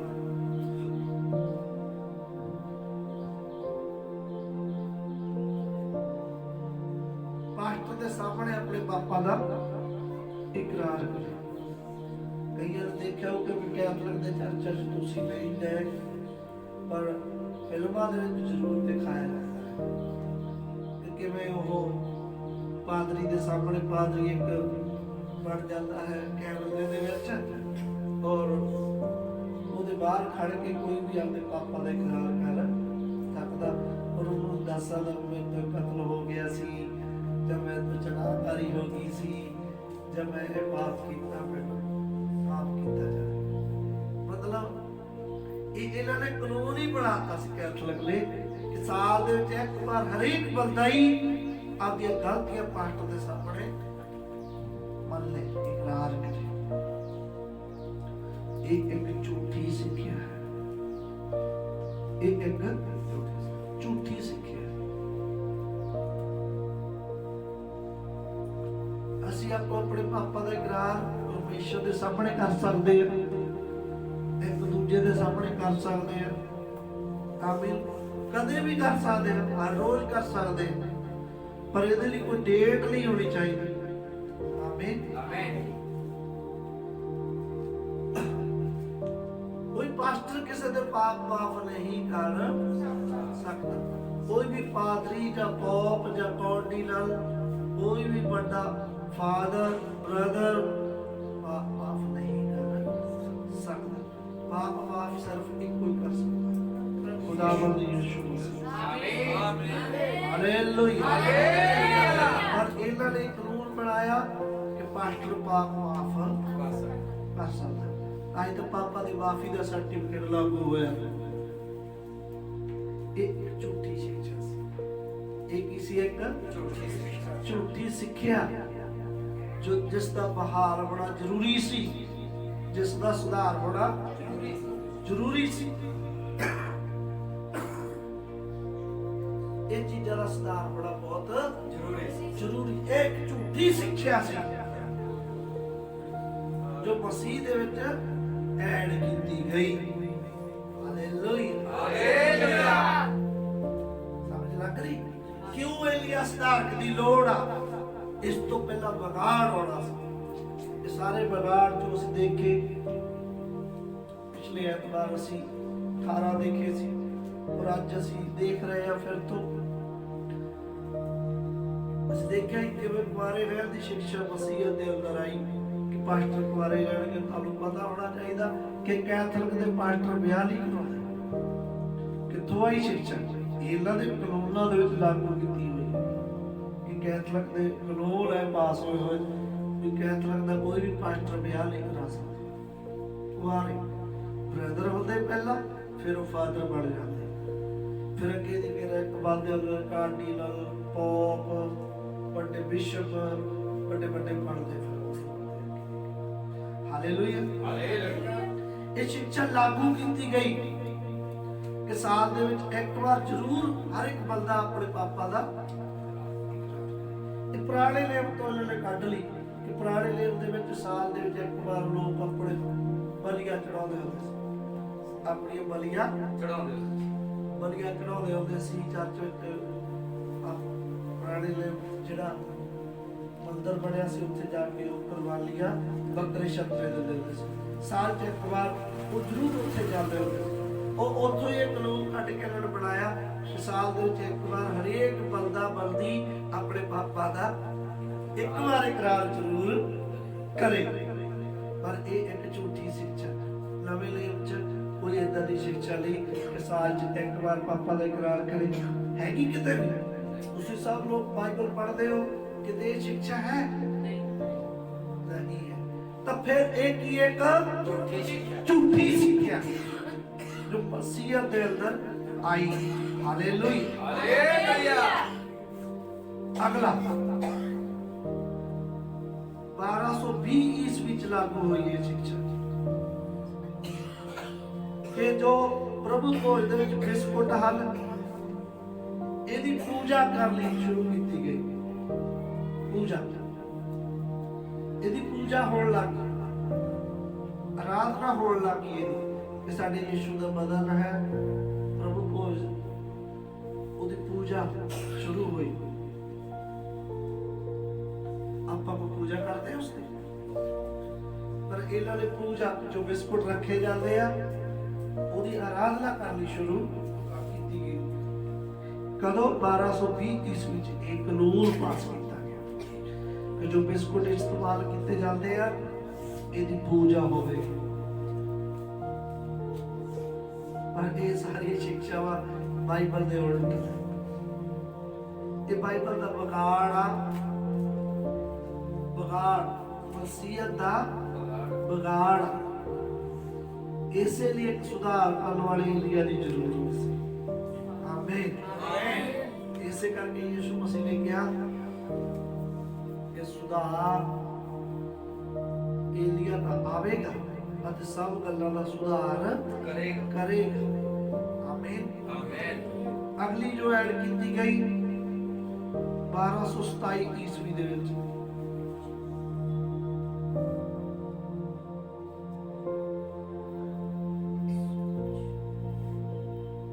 ਪਾਸਟਰਾ ਉਹ ਪ੍ਰਭੂ ਭੋਜ ਵਿੱਚ ਜਦੋਂ ਬਿਸਕੁਟਾਂ ਉੱਤੇ ਘੰਟੀ ਵਜਾਉਣੀ ਸ਼ੁਰੂ ਕੀਤੀ ਗਈ, ਉਹ ਘੰਟੀਆਂ ਵਜਾਉਂਦਾ ਏਦਾਂ ਦਾ ਕਰਕੇ ਟਲ ਪ੍ਰਭੂ ਭੋਜ ਦੇ ਉੱਤੇ ਪੂਜਾ ਕਰਦੇ ਆ, ਘੰਟੀਆਂ ਵਜਾਉਂਦੇ ਆ। ਇਹਦਾ ਕਾਨੂੰਨ ਬਣਾ ਦਿੱਤਾ ਉਹਨਾਂ ਨੇ ਕਿ ਹੁਣ ਇਹ ਰੋਟੀ, ਹੁਣ ਇਸ ਟਾਈਮ ਇਹ ਰੋਟੀ ਯਿਸੂ ਮਸੀਹ ਦਾ ਬਦਨ ਬਣ ਜਾ ਰਿਹਾ ਹੈ। ਇਸ ਟਾਈਮ ਇਹ ਰੋਟੀ ਯਿਸੂ ਮਸੀਹ ਦਾ ਬਦਨ ਬਣ ਜਾ ਰਿਹਾ। ਇਹ ਕਾਨੂੰਨ ਪਾਸ ਹੋਇਆ। ਹੁਣ ਇਸ ਮੌਕੇ ਤੇ ਘਾਟੀਆਂ ਪਕਾਈਆਂ ਜਾਣ ਔਰ ਉਦੋਂ ਇਹ ਸ਼ਰੀਰ ਰੋਟੀ ਜਿਹੜੀ ਉਹ ਯਿਸੂ ਮਸੀਹ ਦਾ ਸਰੀਰ ਬਣ ਜਾਵੇਗਾ।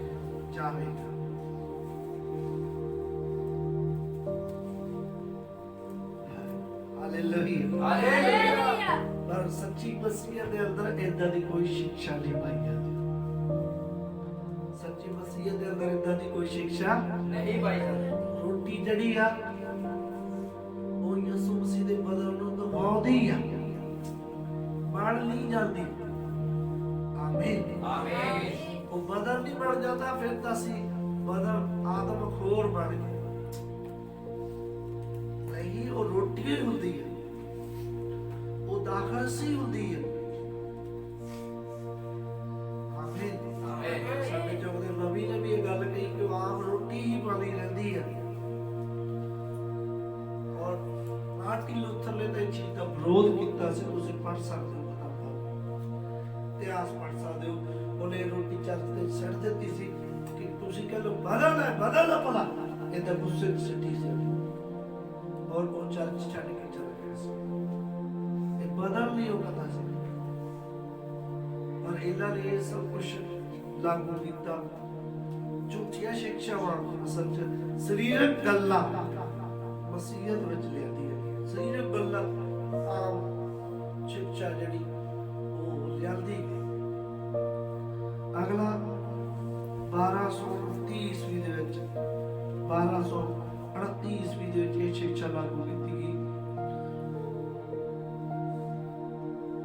1229 ਚ ਸੁਣੋ ਕਿੰਨੀ ਡੇਂਜਰਸ ਸਿੱਖਿਆ ਆਈ ਸੀ। ਆਮ ਲੋਕਾਂ ਲਈ ਬਾਈਬਲ ਪੜ੍ਹਨਾ ਮਨਾ ਕਰ ਦਿੱਤਾ ਸੀ। ਆਮ ਲੋਕ ਨਹੀਂ ਬਾਈਬਲ ਪੜ੍ਹ ਲਏ, ਸਿਰਫ ਪਾਸਟਰ ਹੀ ਬਾਈਬਲ ਪੜ੍ਹ। ਲੋਕਾਂ ਦੇ ਹੱਥਾਂ 'ਚ ਬਾਈਬਲਾਂ ਖੋਲੀਆਂ ਸੀ। ਪੋਪ ਦੀ ਕਾਰਨ ਆਮ ਲੋਕਾਂ ਤੋਂ ਬਾਈਬਲ ਪੜ੍ਹ ਲਈ ਸੀ। ਇਹ ਆਮ ਲੋਕਾਂ ਦੇ ਬਸ ਦਾ ਰੋਗ ਨਹੀਂ ਹੈ ਬਾਈਬਲ। ਆਮੀਨ ਆਮੀਨ। ਇਹ ਕਿੰਨੀ ਵੱਡੀ ਸਿੱਖਿਆ ਲਾਗੂ ਕੀਤੀ ਗਈ, ਝੂਠੀ ਸਿੱਖਿਆ।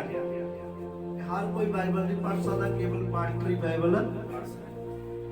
ਕੈਥੋਲਿਕ ਦੇ ਪਾਦਰੀ ਹੀ ਬਾਈਬਲ ਪੜ੍ਹਨਾ, ਕਲੀਸਿਆ ਦੇ ਅੰਦਰ ਬਾਈਬਲ। ਤੁਹਾਨੂੰ ਦੱਸਦੀ ਇੱਧਰ ਮੇਰੇ ਵੱਲ ਧਿਆਨ ਦਿਓ, ਕੈਥੋਲਿਕ ਦੇ ਘਰਾਂ ਦੇ ਵਿੱਚ ਅੱਜ ਵੀ ਬਾਈਬਲ ਨਹੀਂ ਮਿਲਦੀ। ਬਾਈਬਲ ਉਹਨਾਂ ਨੂੰ ਪੜ੍ਹਨ ਲਈ ਹੁਣ ਉਹ ਗਾਂ ਜਿਹੜੀਆਂ ਮਿਸ਼ਨਾਂ ਨਿਕਲੀਆਂ, ਸੁਧਾਰ ਹੋਇਆ, ਮਾਰਟਿਨ ਲੂਥਰ ਤੇ ਪ੍ਰੋਟੈਸਟੈਂਟ ਉੱਠਿਆ, ਬਿਲੀ ਗ੍ਰਾਮ ਹੋਏ, ਅੱਗੇ ਤਾਂ ਬਹੁਤ ਮਿਸ਼ਨਾਂ ਆਈਆਂ। ਹੁਣ ਥੋੜਾ ਜਿਹਾ ਸੁਧਾਰ ਹੋ ਗਿਆ ਕਿ ਸ਼ਾਇਦ ਕਿਸੇ ਕੈਥੋਲਿਕ ਘਰੇ ਬਾਈਬਲ ਤੋਂ ਮਿਲ ਜਾਵੇ। ਹਾਲੇ ਤਾਂ ਕੈਥੋਲਿਕ ਦੇ ਲੋਕਾਂ ਨੂੰ ਬਾਈਬਲ ਆਮ ਪੜ੍ਹਨੀ ਮਨਾ ਕੀਤਾ ਗਿਆ ਹੈ। ਇਹ ਸਿੱਖਿਆ ਲਾਗੂ ਕੀਤੀ ਗਈ ਉਹਨਾਂ ਨੂੰ, ਪਰ ਇਹ ਤਾਂ ਬਹੁਤ ਸੁਧਾਰ ਹੋਇਆ। ਉਸ ਤੋਂ ਬਾਅਦ ਪ੍ਰੋਟੈਸਟੈਂਟ ਇੱਕ ਬਹੁਤ ਵੱਡੀ ਮਿਸ਼ਨ ਹੈ। ਕੈਥੋਲਿਕ ਤੋਂ ਬਾਅਦ ਜੇ ਕਿਸੇ ਮਿਸ਼ਨ ਦਾ ਨਾਮ ਹੋਗਾ ਤਾਂ ਪ੍ਰੋਟੈਸਟੈਂਟ ਮਿਸ਼ਨ ਹੈ, ਜਿਹਦਾ ਇਹਦੇ ਵਿੱਚ ਬਿਲੀ ਗ੍ਰਾਮ ਹੋਇਆ ਸੀ। ਬਿਲੀ ਗ੍ਰਾਮ ਬੈਪਟਿਸਟ ਮਿਸ਼ਨ ਹੈ, ਮੈਥੋਡਿਸਟ ਮਿਸ਼ਨ ਹੈ, ਕਿੰਨੀਆਂ ਮਿਸ਼ਨਾਂ, ਪੈਂਤੀਕਾਸਟਲ ਮਿਸ਼ਨ। ਪੈਂਤੀਕਾਸਟਲ ਪੂਰੀ ਦੁਨੀਆ ਤੇ ਬਹੁਤ ਵੱਡਾ ਝੁੰਡ ਹੈ, ਬਹੁਤ ਵੱਡੀ ਮਿਸ਼ਨ ਹੈ। ਸੁਧਾਰ ਆਇਆ ਬਹੁਤ। ਹੁਣ ਸਾਡੇ ਟਾਈਮ ਦੇ ਬਹੁਤ ਸੁਧਾਰ ਹੈ। ਅੱਜ ਲੋਕ ਬਾਈਬਲਾਂ ਪੜ੍ਹ ਰਹੇ ਹਨ। ਸਾਡੇ ਸਾਰਿਆਂ ਦੇ ਕੋਲ ਬਾਈਬਲਾਂ ਨੇ, ਘਰਾਂ ਦੇ ਵਿੱਚ ਬਾਈਬਲਾਂ ਨੇ। ਪਰ ਕੈਥੋਲਿਕ ਨੇ ਸਿੱਖਿਆ ਬਣਾਈ ਸੀ ਕਿ ਆਮ ਲੋਕ ਬਾਈਬਲ ਨਹੀਂ ਪੜ੍ਹਨਗੇ, ਕੇਵਲ ਪਾਸਟਰ ਹੀ ਬਾਈਬਲ ਪੜ੍ਹ ਲੈਣਗੇ। ਆਮ ਲੋਕਾਂ ਨੂੰ ਮਨਾ ਕੀਤਾ ਹੈ। ਆਮੀਨ। ਬਾਈਬਲ 'ਚ ਏਦਾਂ ਦੀ ਕੋਈ ਸਿੱਖਿਆ ਨਹੀਂ ਹੈ। ਬਾਈਬਲ 'ਚ ਕਿਤੇ ਵੀ ਇਹ ਗੱਲ ਨਹੀਂ ਹੈਗੀ ਕਿ ਸਿਰਫ ਬਾਈਬਲ ਪਾਸਟਰ ਹੀ ਪੜ੍ਹਨਗੇ। ਸਾਰੇ ਬਾਈਬਲ ਪੜ੍ਹ ਸਕਦੇ। ਹਰ ਕਿਸੇ ਨੂੰ ਹੱਕ ਆ ਬਾਈਬਲ ਪੜ੍ਹਨ ਦਾ। ਹਰ ਕੋਈ ਆਪਦੇ ਆਪ ਪਰਮੇਸ਼ਵਰ ਦੀ ਗੱਲ ਪੜ੍ਹੇ, ਵਚਨ ਪੜ੍ਹੇ, ਵਚਨ ਸੁਣੇ, ਵਚਨ ਸੁਣਾਵੇ, ਵਚਨ ਸਿੱਖੇ। ਆਮੀਨ ਆਮੀਨ। ਸਾਡੇ ਸਾਰੇ ਕੋਲ ਇੱਕ ਆਪਣੀ ਪਰਸਨਲ ਬਾਈਬਲ ਹੈ, ਜਿਹਨੂੰ ਅਸੀਂ ਕਹਿੰਦੇ ਕਿ ਮੇਰੀ ਬਾਈਬਲ ਹੈ। Hallelujah hallelujah. ਪਰ ਇਹਨਾਂ ਨੇ ਇੱਕ ਸਿੱਖਿਆ ਬਣਾਈ ਕਿ ਬਾਈਬਲ ਆਮ ਲੋਕ ਨਹੀਂ ਪੜ੍ਹ ਸਕਦੇ। ਆਮ ਲੋਕਾਂ ਲਈ ਬਾਈਬਲ ਪੜ੍ਹਨ ਲਈ ਮਨਾ ਹੀ ਕਰ ਦਿੱਤਾ। Hallelujah hallelujah. ਅਗਲੀ ਸਿੱਖਿਆ ਜੋ ਐਡ ਕੀਤੀ ਉਹਨਾਂ ਨੇ 1245 ਈਸਵੀ ਵਿੱਚ।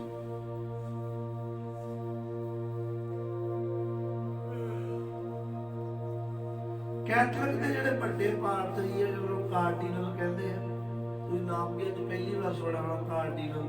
ਪਾਸਟਰ ਤਾਂ ਬਹੁਤ ਸੁਣਿਆ ਹੋਣਾ, ਪਾਸਟਰ ਸਾਹਿਬ ਤਾਂ ਸੁਣਿਆ, ਕਾਰਡੀਨਲ ਸਾਹਿਬ ਸੁਣਿਆ। ਜਿਹੜੇ ਵੱਡੇ ਪਾਸਟਰ ਹੁੰਦੇ ਜਿਹਨਾਂ ਨੂੰ ਕਹਿੰਦੇ ਬਿਸ਼ਪ, ਉਹਨਾਂ ਨੂੰ ਅੰਗਰੇਜ਼ੀ ਵਿੱਚ ਕਾਰਡੀਨਲ ਬੋਲਦੇ ਆ। ਕਾਰਡੀਨਲ ਉਹ ਲਾਲ ਟੋਪ ਪਹਿਨਣਗੇ। ਇੱਕ ਕਾਨੂੰਨ ਪਾਸ ਕੀਤਾ ਗਿਆ, ਲਾਲ ਟੋਪ। ਜਦੋਂ ਉਹ ਸਭਾ ਚੋਣਗੇ ਤਾਂ ਸਿਰ ਉੱਤੇ ਲਾਲ ਟੋਪ ਪਾ ਕੇ,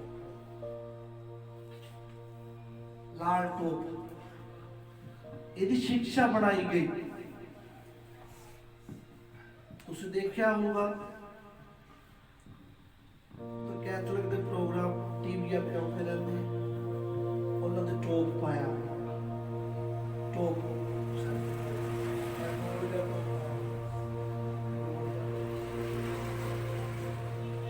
ਉਹ ਟੋਪ ਪਾ ਕੇ ਰੱਖਦੇ ਆ ਸਿਰਾਂ ਦੇ ਉੱਤੇ। ਹੱਥ ਦੇ ਵਿੱਚ ਇੱਕ ਡੰਡਾ ਜਿਹਾ ਫੜਿਆ ਹੁੰਦਾ, ਉਹ ਸੂਰਜ ਦੇਵਤਾ ਜਿਹਾ ਬਣਿਆ ਹੁੰਦਾ, ਵਧੀਆ ਤਾਰਾ ਜਿਹਾ ਸੂਰਜ ਹੀ ਬਣਾਇਆ ਉਹਦੇ ਹੱਥ 'ਚ ਫੜਿਆ। ਏਦਾਂ ਦਾ ਪਹਿਰਾਵਾ ਉਹ ਪਹਿਨੇਗਾ, ਸਿਰ ਤੇ ਟੋਪ ਪਹਿਨੇਗਾ, ਫਿਰ ਉਹ ਚਰਚ ਦੇ ਵਿੱਚ ਘੁੰਮੇ ਫਿਰੇਗਾ। ਇਹ ਉਹਦਾ ਕਾਨੂੰਨ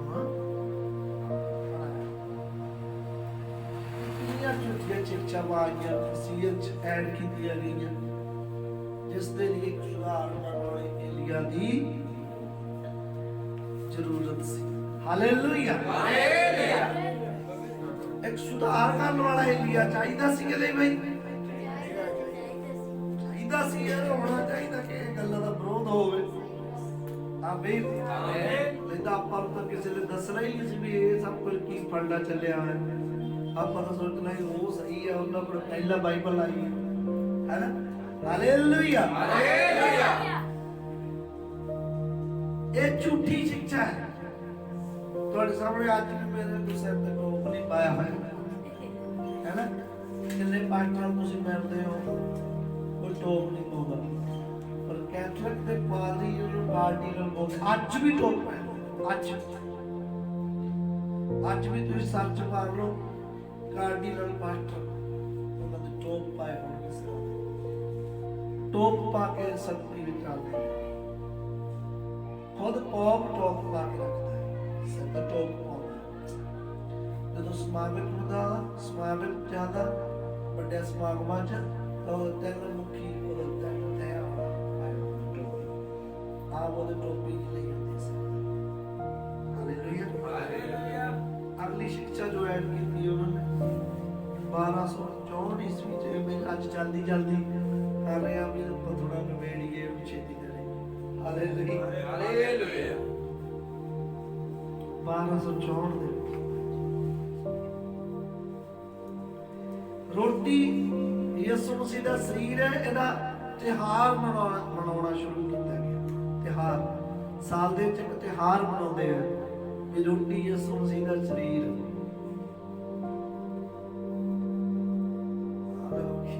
ਉਤਸਵ ਜਿਵੇਂ ਆਪਣੇ ਦੀਵਾਲੀ ਦੁਸਹਿਰਾ ਲੰਘਿਆ, ਇਸ ਤਰ੍ਹਾਂ ਉਤਸਵ ਇੱਕ ਰੱਖਿਆ ਜਾਂਦਾ ਹੈ। ਵੈਸੇ ਤਾਂ ਦੁਨੀਆ 'ਚ ਬੜੇ ਉਤਸਵ ਹੋਣ ਰੱਖ ਲਏ ਲੋਕਾਂ ਨੇ। ਮਦਰ ਡੇ ਆ ਗਿਆ, ਫਾਦਰ ਡੇ ਆ ਗਿਆ, ਬ੍ਰਦਰ ਡੇ ਆ ਗਿਆ, ਵੈਲੈਂਟਾਈਨ ਡੇ ਆ ਗਿਆ।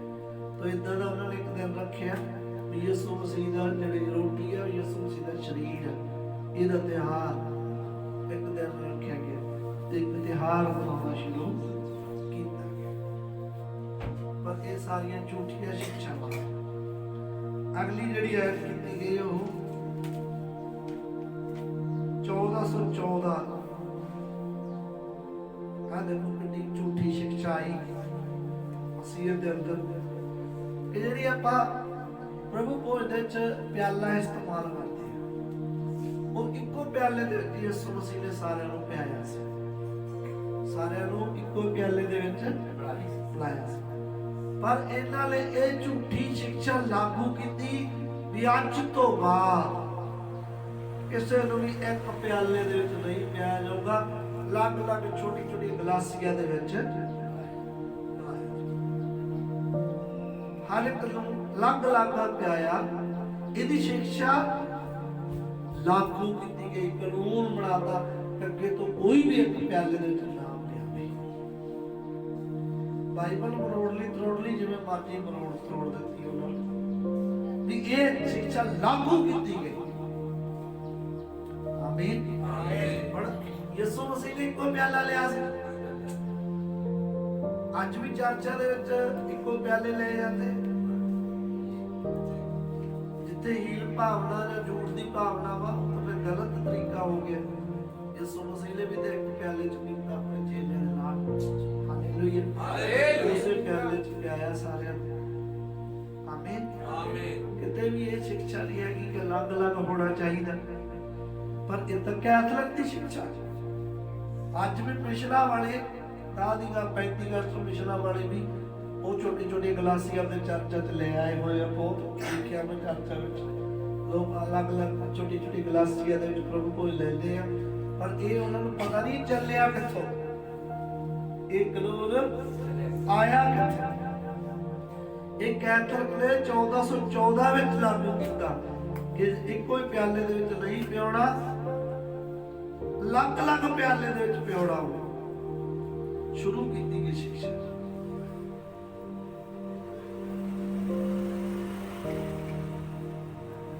ਇਹ ਚੀਜ਼ ਸ਼ੁਰੂ ਕੀਤੀ। ਹਾਲੇਲੂਇਆ। ਪਾ ਕੇ ਵੀ ਆਪਦੇ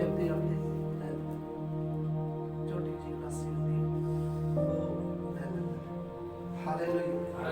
ਕਾਨੂੰਨ ਬਣਾਉਂਦਾ, ਪਰ ਬਾਈਬਲ ਦੇ ਵਿੱਚ ਤਾਂ ਇੱਕੋ ਹੀ ਪਿਆਲਾ ਇਸਤੇਮਾਲ ਹੋਇਆ ਸੀ। ਯਿਸੂ ਮਸੀਹ ਨੇ ਇੱਕੋ ਪਿਆਲਾ ਇਸਤੇਮਾਲ ਕੀਤਾ, ਔਰ ਆਹੀ ਚੇਲਿਆਂ ਨੇ ਇੱਕ ਸਿੱਖਿਆ ਦਿੱਤੀ ਕਿ ਤੁਸੀਂ ਅਲੱਗ-ਅਲੱਗ ਪਿਆਲੇ ਇਸਤੇਮਾਲ ਕਰਦੇ। ਚੇਲਿਆਂ ਨੇ ਕਦੇ ਸਿੱਖਿਆ ਨਹੀਂ ਦਿੱਤੀ। और ये शिक्षा कदों लागू हुई? कैथलिक में लागू हुई। रोमन कैथलिक मिशन है बहुत बड़ी, उन्होंने ये शिक्षा शुरू की थी कि जरा प्रभु भोज दे अंगूरा दा रस इस्तेमाल करते हैं, ਉਹਦੇ ਲਈ ਅਲੱਗ-ਅਲੱਗ ਪਿਆਲੇ ਇਸਤੇਮਾਲ ਕਰਨੇ ਸ਼ੁਰੂ ਕੀਤੇ ਗਏ। ਦੇਖਿਆ ਹੋਗਾ ਤੁਸੀਂ ਕਈ ਵਾਰ ਚਰਚਾ ਦੇ ਵਿੱਚ ਛੋਟੇ-ਛੋਟੇ ਪਿਆਲੇ ਇਸਤੇਮਾਲ ਕੀਤੇ ਜਾਂਦੇ। ਅਗਲੀ ਜਿਹੜੀ ਐਡ ਕੀਤੀ ਗਈ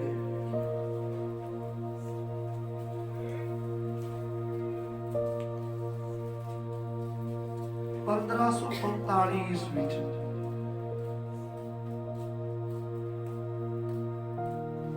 ਰੀਤੀ ਰਿਵਾਜਾਂ ਨੂੰ ਬਾਈਬਲ ਦੀ ਤਾਲੀਮ ਦੇ ਬਰਾਬਰ ਹੱਕ ਦਿੱਤਾ ਗਿਆ। ਰੀਤੀ ਰਿਵਾਜ, ਰੀਤੀਆਂ ਰਿਵਾਜ, ਕੈਥਲਿਕ ਦੇ ਜਿਹੜੇ ਰੀਤੀ ਰਿਵਾਜ ਜਿੰਨੇ ਵੀ ਹੈ ਉਹ ਬਾਈਬਲ ਦੀ ਤਾਲੀਮ ਦੀ ਤਰ੍ਹਾਂ ਹੀ ਉਹਨਾਂ ਨੂੰ ਹੱਕ ਦਿੱਤਾ ਗਿਆ ਬਰਾਬਰ। ਜਿਵੇਂ ਬਾਈਬਲ ਚ ਉਦਾਂ ਹੀ ਰੀਤੀ ਰਿਵਾਜ ਜੋ ਕਰ ਰਹੇ ਆ ਇਹ ਕਰਦੇ ਰਹੇ, ਬਾਈਬਲ ਦੇ ਬਰਾਬਰ ਦਾ ਹੱਕ ਦਿੱਤਾ ਗਿਆ। ਕੋਈ ਵੀ ਰੀਤੀ ਰਿਵਾਜ ਜਿਹੜਾ ਬਾਈਬਲ ਦੇ ਨਾਲ ਮੇਲ ਖਾਂਦਾ ਗਲਤ ਹੈ। ਇਹ ਨਹੀਂ ਕਿ ਅੱਜ ਅਸੀਂ ਕੋਈ ਨਵੀਂ ਸਿੱਖਿਆ ਬਣਾ ਲਈਏ, ਨਵੀਂ ਗੱਲ ਜੋੜ ਲਈਏ ਪਰ ਕਹੀਏ ਵੀ ਮੰਨੀ ਜਾਵੇ। ਬਾਈਬਲ 'ਚ ਇਦਾਂ ਦੀ ਕੋਈ ਗੱਲ ਨਹੀਂ ਪਾਈ ਜਾਂਦੀ। ਪਰ ਇਹ ਤਾਂ ਇਹਨਾਂ ਨੇ ਕਾਨੂੰਨ ਬਣਾਏ ਕਿ ਕੋਈ ਵੀ ਗੱਲ, ਕੋਈ ਵੀ ਰੀਤੀ ਰਿਵਾਜ ਬਾਈਬਲ ਦੀ ਤਰ੍ਹਾਂ ਸਿਖਾਇਆ ਜਾ ਸਕਦਾ ਹੈ। Hallelujah, hallelujah. ਅਗਲੀ ਜਿਹੜੀ ਹੈ ਇਹ ਨੋਟ ਕਰੋ ਖਾਸ ਕਰ 1546 ਈਸਵੀ ਦੇ ਵਿੱਚ ਇਹ ਇੰਪੋਰਟੈਂਟ ਹੈ। ਤੇ ਰੁਕਾਂਗੇ ਆਪਾਂ 2-3 ਮਿੰਟ। ਬਾਈਬਲ ਦੇ ਵਿੱਚ ਕਿੰਨੀਆਂ ਕਿਤਾਬਾਂ ਬਈ? 66। ਪਰ ਕੈਥਲਿਕ ਦੀ ਬਾਈਬਲ ਵਿੱਚ 72 ਕਿਤਾਬਾਂ।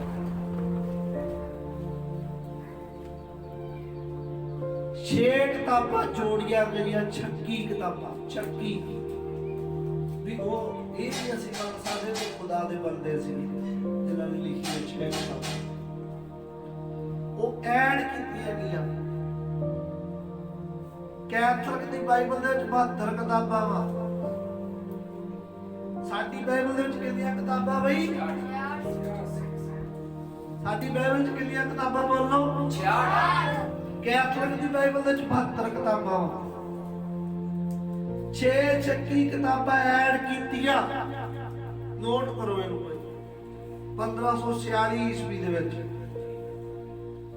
ਦੱਸੋ ਇਹ ਕਿੰਨੀ ਵੱਡੀ ਝੂਠੀ ਸਿੱਖਿਆ। ਔਰ ਉਹਦੇ ਵਿੱਚ ਪਤਾ ਕੀ ਹੈ? ਜਾਦੂ ਟੂਣਾ। ਮੈਂ ਖੁਦ ਪੜ੍ਹੀਆਂ ਉਹ ਕਿਤਾਬਾਂ ਕਿ ਜੇਕਰ ਕਿਸੇ ਦੇ ਵਿੱਚ ਭੂਤ ਹੈ ਤਾਂ ਮੱਛੀ ਇੱਕ ਲਿਆਓ, ਕਮਰੇ ਦੇ ਵਿੱਚ ਉਹ ਭੂਤ ਵਾਲੇ ਬੰਦੇ ਨੂੰ ਬਿਠਾ ਦਿਓ ਤੇ ਉੱਤੇ ਅੱਗ ਲਾ ਕੇ ਉੱਤੇ ਮੱਛੀ ਰੱਖ ਦਿਓ। ਮੱਛੀ ਦੇ ਧੂਏ ਦੇ ਨਾਲ ਭੂਤ ਭੱਜ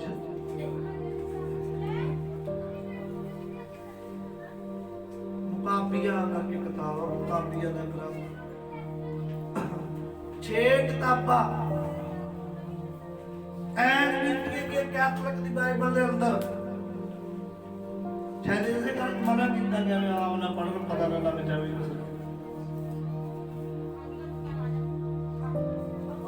ਇਹ ਕਿੰਨੀ ਵੱਡੀ ਝੂਠੀ ਸਿੱਖਿਆ ਬਈ। ਹੋਰ ਵੀ ਬਹੁਤ ਗੱਲਾਂ 6 ਕਿਤਾਬਾਂ ਜਿਹੜੀਆਂ ਦੂਜੀਆਂ 66 ਕਿਤਾਬਾਂ ਨਾਲ ਮੇਲ ਨਹੀਂ ਖਾਂਦੀਆਂ। 6 ਕਿਤਾਬਾਂ ਦੂਜੀਆਂ ਕਿਤਾਬਾਂ ਦੇ ਨਾਲ ਮੇਲ ਨਹੀਂ ਖਾਂਦੀਆਂ। ਜੇ ਤੁਸੀਂ ਕੈਥਲਿਕ ਦੀ ਬਾਈਬਲ ਤੁਹਾਨੂੰ ਨਹੀਂ ਪਤਾ ਕਿਤੇ ਮਿਲਦੀ ਤਾਂ ਪਲੇ ਸਟੋਰ ਤੇ ਜਾਓ ਔਰ ਕੈਥਲਿਕ ਹਿੰਦੀ ਬਾਈਬਲ ਪੜ੍ਹੋ। ਉੱਥੇ ਤੁਹਾਨੂੰ 72 ਕਿਤਾਬਾਂ ਵਾਲੀ ਬਾਈਬਲ ਮਿਲੇਗੀ। मैं बहुत टाइम भाई रखी, मैं पढ़िया वो 6 किताबां भी, मैं देखा कि वो 6 किताबां दूसरी बाइबल ਨਾਲ ਮੇਲ ਨਹੀਂ ਖਾਂਦੀ। ਨਬੀ ਨੇ ਦੱਸਿਆ ਕਿ ਜੇਕਰ ਕੋਈ ਅੱਜ ਪੱਤਰੀ ਲੱਭਦੀ ਕਿਸੇ ਨੂੰ ਜਾਂ ਕੋਈ, ਜੇ ਉਹ 6 ਕਿਤਾਬਾਂ ਨਾਲ ਮੇਲ ਖਾਂਦੀ ਹੈ, ਮਤਲਬ ਉਹਦੀਆਂ ਗੱਲਾਂ ਉਹਦੇ 'ਚ ਵੀ ਹੈਗੀਆਂ ਨੇ, ਤਾਂ ਉਹ ਗੱਲ ਚਲੋ ਐਡ ਨਹੀਂ ਕਰ ਸਕਦੇ ਆਪਾਂ, ਮੰਨ ਸਕਦੇ ਵੀ ਹੋ ਸਕਦਾ ਸਹੀ ਹੈ, ਪਰ ਇਹ ਜਿਹੜੀਆਂ 6 ਕਿਤਾਬਾਂ ਐਡ ਕੀਤੀਆਂ, ਇਹਨਾਂ ਦੀ ਗੱਲ ਤਾਂ ਦੂਸਰੀਆਂ 66 ਕਿਤਾਬਾਂ ਨਾਲ ਮੇਲ ਹੀ ਨਹੀਂ ਖਾਂਦੀ। ਕਿਉਂਕਿ ਹੋਰ ਕਿਤੇ ਆਪਾਂ ਪੜ੍ਹਦੇ ਹੀ ਨਹੀਂ, ਛਾਇਆ ਤੇ ਨਹੀਂ ਪੜ੍ਹਿਆ ਵੀ ਤੁਸੀਂ ਮੱਛੀ ਦੇ ਨਾਲ ਭੂਤ ਬੁਝਾ ਲਓ, ਉਹਦੇ ਚ ਇੱਕ ਹੋਰ ਕਹਾਣੀ ਆ, ਔਰ ਮੈਂ ਕੋਈ ਟਾਈਮ ਵੀ ਕੱਟਦਾ ਤੇ ਮੈਂ ਤੁਹਾਨੂੰ ਥੋੜੀ ਜਿਹੀ ਸੁਣਾ ਦਿੰਦਾ ਕਿ ਕੋਈ ਇੱਕ ਔਰਤ ਸੀ, ਉਹ ਜਦੋਂ ਉਹ ਦੇਸ਼ ਦੇ ਉੱਤੇ ਕਬਜ਼ਾ ਹੋ ਗਿਆ ਤਾਂ ਔਰਤ ਬਹੁਤ ਸੁੰਦਰ ਸੀ ਤੇ ਉਹਨੇ ਕੱਲੀ ਨੇ ਉਪਰਾਲਾ ਕੀਤਾ ਕਿ ਮੈਂ ਆਪਣੇ ਦੇਸ਼ ਨੂੰ ਜਿੱਤ ਹਾਸਲ ਕਰਾਊਂ। ਉਹ ਕੀ ਹੋਇਆ ਕਿ ਉਹ ਬਹੁਤ ਸੁੰਦਰ ਲਿਬਾਸ ਪਹਿਨ ਕੇ ਤਾਂ ਉਹਨਾਂ ਦੇ ਖੇਮੇ ਵੱਲ ਚਲੇ ਗਈ। ਖੇਮੇ ਮਤਲਬ ਜਿੱਥੇ ਜੰਗ ਲੱਗੀ ਹੋਈ ਸੀ ਉੱਥੇ ਚਲੇ ਗਈ। ਸ਼ਾਮ ਦਾ ਟਾਈਮ ਸੀ, ਬਹੁਤ ਸੁੰਦਰ ਸੀ, ਤਾਂ ਜਦੋਂ ਜਾ ਰਹੀ ਸੀ ਤਾਂ ਉਹਨੂੰ ਕਿਹਾ ਗਿਆ ਕਿ ਵੀ ਤੂੰ ਕਿੱਥੇ ਜਾ ਰਹੀ ਹੈ? ਕਹਿੰਦੀ ਮੈਂ ਰਾਜੇ ਕੋਲ ਜਾ ਰਹੀ ਹਾਂ, ਮੈਨੂੰ ਜਾ ਰਿਹਾ। ਤਾਂ ਸਾਰਿਆਂ ਨੇ ਉਹਦਾ ਰਸਤਾ ਛੱਡ ਦਿੱਤਾ ਵੀ ਤਾਂ ਰਾਜੇ ਕੋਲ ਜਾ ਰਹੀ, ਸੁੰਦਰ ਔਰਤ ਬਹੁਤ ਜ਼ਿਆਦਾ, ਇਹ ਤਾਂ ਰਾਜੇ ਨੂੰ ਮਿਲਣ ਜਾ ਰਹੀ। ਤਾਂ ਰਾਜੇ ਕੋਲੇ ਗਈ, ਰਾਜਾ ਹੈਰਾਨ ਹੋ ਗਿਆ ਸੀ ਔਰਤ ਨੂੰ ਦੇਖ ਕੇ, ਇੰਨੀ ਸੁੰਦਰ ਔਰਤ ਮੈਂ ਤਾਂ ਦੇਖੀ ਨਹੀਂ ਕਦੇ, ਇੰਨੀ ਸੁੰਦਰ ਔਰਤ। ਉਹਨੇ ਉਹਨੂੰ ਆਪਣੀ ਰਾਣੀ ਬਣਾ ਲਿਆ। ਤਾਂ ਉਹ ਰਾਣੀ ਜਦੋਂ ਰਾਤ ਨੂੰ ਸੁੱਤੀ ਪਈ ਸੀ ਤਾਂ ਉਹ ਉੱਠ ਗਈ ਤੇ ਉਹਨੇ ਉਹਦਾ ਗਲਾ, ਰਾਜੇ ਦਾ ਗਲਾ ਕੱਟ ਦਿੱਤਾ। ਤੇ ਜਦੋਂ ਰਾਜੇ ਦਾ ਗਲਾ ਕੱਟ ਕੇ ਬਾਹਰ ਲੈ ਆਈ ਤਾਂ ਉਹ ਦੇਸ਼ ਉਹਨਾਂ ਦੇ ਅਧੀਨ ਹੋ ਗਿਆ। ਔਰਤ ਨੇ ਜਿੱਤ ਹਾਸਲ ਕਰਾਤੀ। ਪਰ ਇਹ ਗੱਲਾਂ ਤਾਂ ਹੁਣ ਦੂਸਰੀਆਂ 66 ਬਾਈਬਲਾਂ ਦੇ ਨਾਲ ਮੇਲ ਨਹੀਂ ਖਾਂਦੀਆਂ। ਬਾਈਬਲ ਦੀਆਂ ਜਿਹੜੀਆਂ ਹੋਰ 66 ਕਿਤਾਬਾਂ ਵਾ ਉਹਨਾਂ ਦੇ ਨਾਲ ਇਹ ਗੱਲਾਂ ਮੇਲ ਖਾਂਦੀਆਂ ਵੀ ਕੋਈ ਔਰਤ ਏਦਾਂ ਦਾ ਕਰਕੇ ਆਪਦੇ ਮੁਸਲਮਾਨ ਜਾਤ ਦੇ ਵਿੱਚ ਫਸਾ ਕੇ ਉਹਨੇ ਇਸ ਤਰ੍ਹਾਂ ਜਿੱਤ ਹਾਸਲ, ਉਹ ਵੀ ਇਸਰਾਇਲ ਨੂੰ ਜਿੱਤ ਹਾਸਲ ਕਰਾਈ। तो ਇਹ ਗੱਲਾਂ ਤਾਂ ਸਹੀ ਨਹੀਂ ਹੈਗੀਆਂ, ਸਮਝ ਲੱਗ ਰਹੀ ਹੈ। ਇੱਡੀ ਵੱਡੀ ਝੂਠੀ ਸਿੱਖਿਆ ਐਡ ਕੀਤੀ ਗਈ। 66 ਕਿਤਾਬਾਂ ਦੀ ਜਗ੍ਹਾ ਤੇ 72 ਕਿਤਾਬਾਂ ਬਣਾ ਦਿੱਤੀਆਂ। ਤੁਸੀਂ ਅੱਜ ਹੀ ਪਲੇ ਸਟੋਰ ਤੇ ਜਾ ਕੇ ਕੈਥੋਲਿਕ ਹਿੰਦੀ ਬਾਈਬਲ ਪੜ੍ਹੋ, ਤੁਹਾਨੂੰ ਮਿਲ ਜਾਣਗੀਆਂ 6 ਕਿਤਾਬਾਂ ਪੜ੍ਹਨ ਤੇ ਤੁਸੀਂ ਪੜ੍ਹਨਾ ਚਾਹੁੰਦੇ ਹੋ। ਕਾਪੀਆਂ ਦਾ ਗ੍ਰੰਥ, ਸਵਾਬ ਤੇ ਮੌਤ ਦੀ ਕਿਤਾਬ, ਪਤਾ ਨਹੀਂ ਏਦਾਂ ਕਰਕੇ ਕੁਝ ਕਿਤਾਬਾਂ ਨੇ ਐਡ ਕੀਤੀਆਂ। ਕੁਝ ਪੁਰਾਣੇ ਨੇ ਉਹ 'ਚ ਜ਼ਿਆਦਾ, 4-5 ਪੁਰਾਣੇ ਨੇ ਉਹ 'ਚ ਐਡ ਕੀਤੀਆਂ, ਸ਼ਾਇਦ ਇੱਕ ਦੋ ਨਵੇਂ ਨੇ ਉਹ 'ਚ। ਬਰਨਬਾਸ ਇਸ ਤਰ੍ਹਾਂ ਕਰਕੇ ਪੱਤਰੀਆਂ, ਪਲੂਸ ਦੀ ਪੱਤਰੀ ਪਤਨੀ ਵਧਾਈ, ਇਸ ਤਰ੍ਹਾਂ ਕਰਕੇ ਕੁਝ ਉਹਨਾਂ ਨੇ ਵਧਾ ਦਿੱਤਾ ਗਿਆ। ਪਰ ਉਹ ਸਿੱਖਿਆ ਜਿਹੜੀ ਹੈ ਉਹਦੇ ਵਿੱਚ ਥੋੜਾ ਚੱਕੀ ਵਿਸ਼ਵਾਸ ਵੀ ਆ ਗਿਆ। ਅੱਛਾ ਉਹਦੇ ਜੀ ਵੀ ਬੜਾ ਹੀ ਇੱਕ ਸੀਗਾ, 2 ਜਣੇ ਪਤਾ ਪੁੱਤਰ ਸੀਗੇ ਤੇ ਉਹਨਾਂ ਨੂੰ ਸਵਰਗਦੂਤ ਮਿਲਿਆ ਤੇ ਸਵਰਗਦੂਤ ਨੇ ਉਹਨਾਂ ਨੂੰ ਕੋਈ ਵਰਦਾਨ ਦਿੱਤਾ ਤੇ ਉਹਨਾਂ ਨੂੰ ਕਿਹਾ ਕਿ ਜਦ ਕਦੇ ਤੁਸੀਂ ਮੈਨੂੰ ਬੁਲਾਉਣਾ ਚਾਹੋ ਤਾਂ ਤੁਸੀਂ ਇਸ ਤਰ੍ਹਾਂ ਕਰਕੇ ਪੜ੍ਹਿਓ ਤੇ ਮੈਂ ਹਾਜ਼ਰ ਹੋ ਜਾਇਆ। ਪਰ ਦੱਸੋ ਇਹ ਗੱਲਾਂ ਨੇ ਉਹਦੇ ਵਿੱਚ ਹੈ। ਉਹ 6 ਕਿਤਾਬਾਂ ਜਿਹੜੀਆਂ ਇਸੇ ਕਰਕੇ ਜਿਹੜੇ ਕੈਥੋਲਿਕ ਦੇ ਲੋਕ ਆ ਉਹ ਇਸ ਤਰ੍ਹਾਂ ਦੇ ਨੇ, ਜਾਦੂ ਟੂਣਿਆਂ ਤੇ ਵਿਸ਼ਵਾਸ, ਜਾਦੂ ਟੂਣਾ ਉਹਦੇ ਵਿੱਚ ਹੈਗਾ 6 ਕਿਤਾਬਾਂ 'ਚ। ਲੈ ਦੱਸੋ, ਪਰ ਇਹ ਕਿਤਾਬਾਂ ਤਾਂ ਫਿਰ ਗਲਤ ਨੇ। ਤਾਂ ਸ਼ੈਤਾਨ ਦੀ ਵੱਡੀ ਇੱਕ ਚਾਲ ਆ ਜਿਹੜੀਆਂ 6 ਕਿਤਾਬਾਂ ਵਿੱਚ ਬਾਈਬਲ ਦੇ ਐਡ ਕੀਤੀ ਹੈਗੀ। ਕਿੰਨੀ ਵੱਡੀ ਗੱਲ ਹੈ ਯਾਰ। ਇਹ ਤਾਂ ਤੁਹਾਨੂੰ ਜ਼ਰੂਰ ਇੱਕ ਏਲੀਆ ਦੀ ਲੋੜ ਸੀ। Hallelujah, hallelujah. ਸੁਧਾਰ ਕਰਨ ਵਾਲੇ ਏਲੀਆ ਦੀ ਲੋੜ ਸੀ ਕਿ ਸਾਡੀ ਬਾਈਬਲ ਹੀ ਖਰਾਬ ਕਰ ਦਿੱਤੀ, 6 ਕਿਤਾਬਾਂ ਵਿੱਚ ਐਡ ਕਰ ਦਿੱਤੀ ਹੈ। ਇਹ ਤਾਂ ਤੁਹਾਨੂੰ ਪਤਾ ਹੀ ਨਹੀਂ ਹੋਣਾ ਕਿਸੇ ਨੂੰ, ਹਨਾ? ਅੱਜ ਪਤਾ ਲੱਗਿਆ ਕਿਉਂਕਿ ਇਦਾਂ ਦਾ ਵਿਸ਼ਾ ਆਪਾਂ ਤੋਰਿਆ ਹੀ ਨਹੀਂ ਕਦੇ ਵੀ। ਇਹ ਵੀ ਗੱਲਾਂ ਤੁਹਾਨੂੰ ਦੱਸੀਏ ਕਿ ਬਾਈਬਲ ਦੇ ਵਿੱਚ ਉਹਨਾਂ ਨੇ 6 ਕਿਤਾਬਾਂ 72 ਕਿਤਾਬਾਂ ਵਾਲਾ ਗ੍ਰੰਥ ਉਹਨਾਂ। ਤੁਸੀਂ ਮੇਰੀ ਗੱਲ ਤੇ ਯਕੀਨ ਨਹੀਂ ਕਰ ਰਹੇ ਹੋ, ਕਹਿੰਦਾ ਕਈਆਂ ਕੋਈ ਕਰ ਰਹੇ ਜਦੋਂ ਪੜ੍ਹ ਰਹੇ। ਤੁਸੀਂ ਅੱਜ ਹੀ ਪਲੇ ਸਟੋਰ ਤੇ ਜਾ ਕੇ ਤੁਸੀਂ ਕੈਥੋਲਿਕ ਹਿੰਦੀ ਬਾਈਬਲ ਪੜ੍ਹੋ, ਤੁਹਾਨੂੰ 72 ਕਿਤਾਬਾਂ ਵਾਲੀ ਬਾਈਬਲ ਮਿਲੇਗੀ। Hallelujah, hallelujah, hallelujah, hallelujah. ਅਗਲੀ ਜਿਹੜੀ ਐਡ ਕੀਤੀ 1854 ਈਸਵੀ ਦੇ ਵਿੱਚ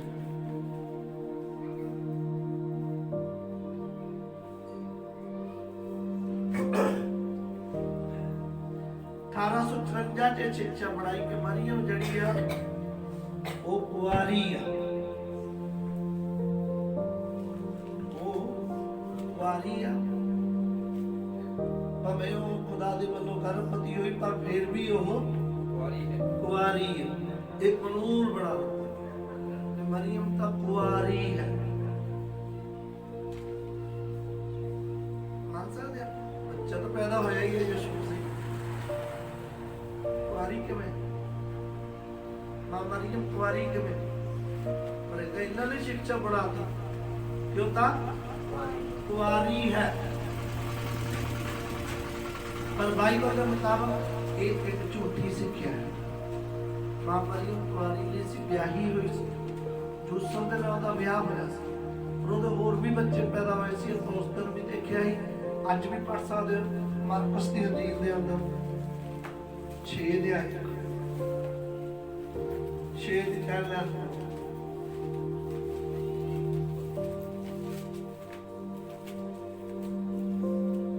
ਭਲਾ ਇਹ ਤਰਖਾਣ ਨਹੀਂ ਹੈ ਮਰੀਮ ਦਾ ਪੁੱਤਰ ਅਤੇ ਯਾਕੂਬ ਅਰ ਯੂਸੇਸ ਅਰ ਯਹੂਦਾ ਅਰ ਸ਼ਮਾਉਨ ਦਾ ਭਰਾ ਅਤੇ ਉਹਦੀਆਂ ਭੈਣਾਂ ਇੱਥੇ ਸਾਡੇ ਕੋਲ ਨਹੀਂ ਹਨ, ਸੋ ਉਹਨਾਂ ਉਸ ਤੋਂ ਠੋਕਰ ਖਾਧੀ ਹੈ। ਆਮੀਨ। ਆ ਦੇਖੋ ਲਿਖਿਆ ਹੈ ਨਾ ਕਿ ਮਾਂ ਮਰੀਮ ਤੇ ਹੋਰ ਵੀ ਬੱਚੇ ਸੀ। ਕਿਵੇਂ ਮਾਂ ਮਰੀਮ ਕੁਆਰੀ ਕਿੱਥੋਂ ਦੀ ਆ ਗਈ ਸਿੱਖਿਆ ਹੈ? ਜਮਾਈ ਝੂਠੀ ਸਿੱਖਿਆ ਹੈ। ਇਹ ਤਾਂ ਜਮਾਈ ਝੂਠੀ ਸਿੱਖਿਆ ਹੈ जो ऐड की गई मसीहत के अंदर।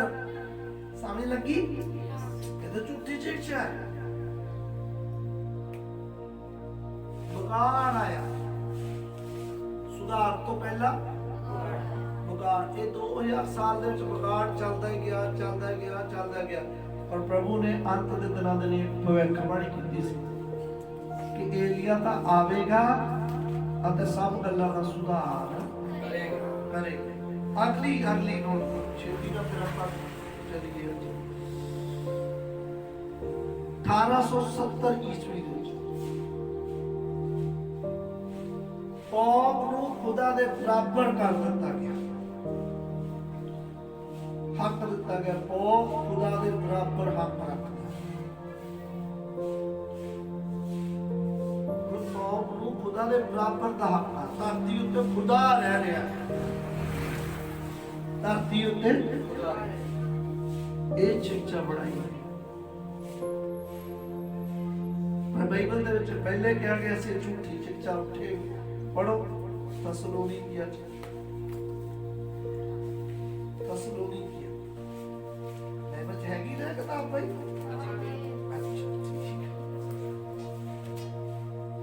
ਤਸਲੋਨੀਕੀਆਂ ਪੜੋ।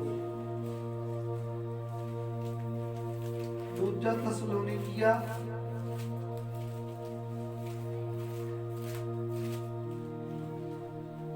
तो पढ़ता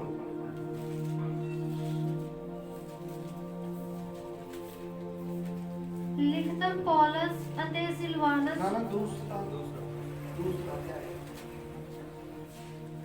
ਹੁਣ हे ਭਰਾਵੋ, ਸਾਡੇ ਪ੍ਰਭੂ ਯਿਸੂ ਮਸੀਹ ਦੇ ਆਉਣ ਅਤੇ ਸਾਡੇ ਉਸ ਕੋਲ ਇਕੱਠਿਆਂ ਹੋਣ ਦੇ ਵਿਖੇ ਅਸੀਂ ਤੁਹਾਡੇ ਅੱਗੇ ਇਹ ਬੇਨਤੀ ਕਰਦੇ ਹਾਂ, ਭਈ ਤੁਸੀਂ ਕਿਸੇ ਰੂਹ ਜਾਂ ਬਾਣੀ ਜਾਂ ਸਾਡੇ ਨਾਮ ਦੀ ਜਾਲੀ ਪੱਤਰੀ ਤੋਂ ਆਪਣੇ ਮਨੋਂ ਛੇਤੀ ਨਾ ਡੋਲੋ, ਨਾ ਘਾਬਰ ਜਾਓ, ਭਈ ਮਾਨੋ ਪ੍ਰਭੂ ਦਾ ਦਿਨ ਆਣ ਪੁੱਜਿਆ ਹੈ।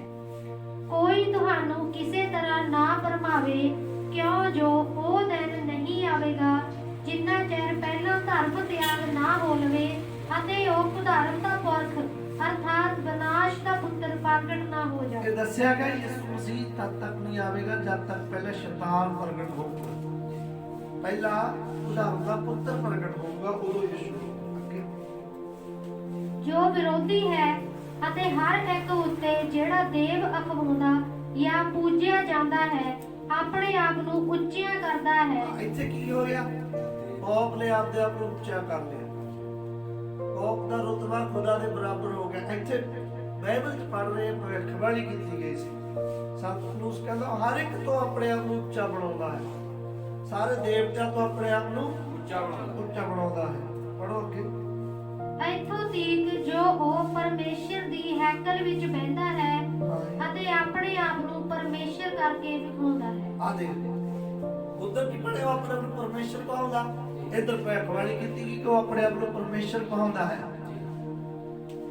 ਆਪਣੀ ਪੂਜਾ ਕਰਾਉਂਦਾ ਹੈ। ਤੁਹਾਨੂੰ ਇਹ ਪਤਾ ਨਹੀਂ ਹੋਣਾ, ਸ਼ਾਇਦ ਮੈਂ ਦੱਸਦਾ ਤੁਹਾਨੂੰ ਕਿ ਰੋਮ ਦੇ ਅੰਦਰ ਪੌਪ ਦੀ ਪੂਜਾ ਕੀਤੀ ਜਾਂਦੀ ਹੈ।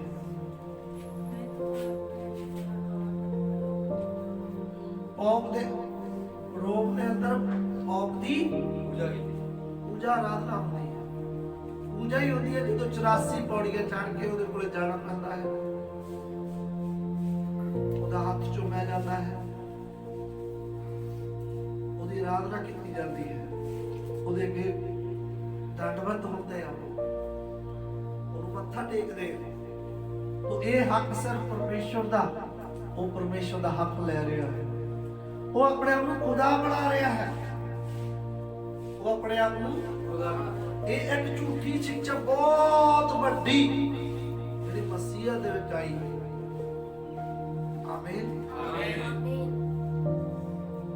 जरूरी सी एक सुधार करने वाला एलिया आउंदा है, सारी गल्लां ते चानना पाउंदा भी एक झूठी शिक्षा।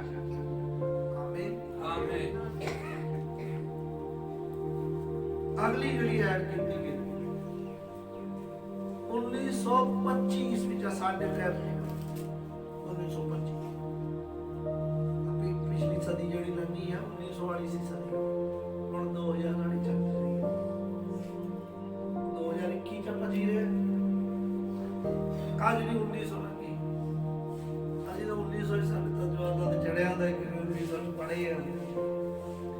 ਇਹ 1925 ਈਸਵੀ ਦੇ ਵਿੱਚ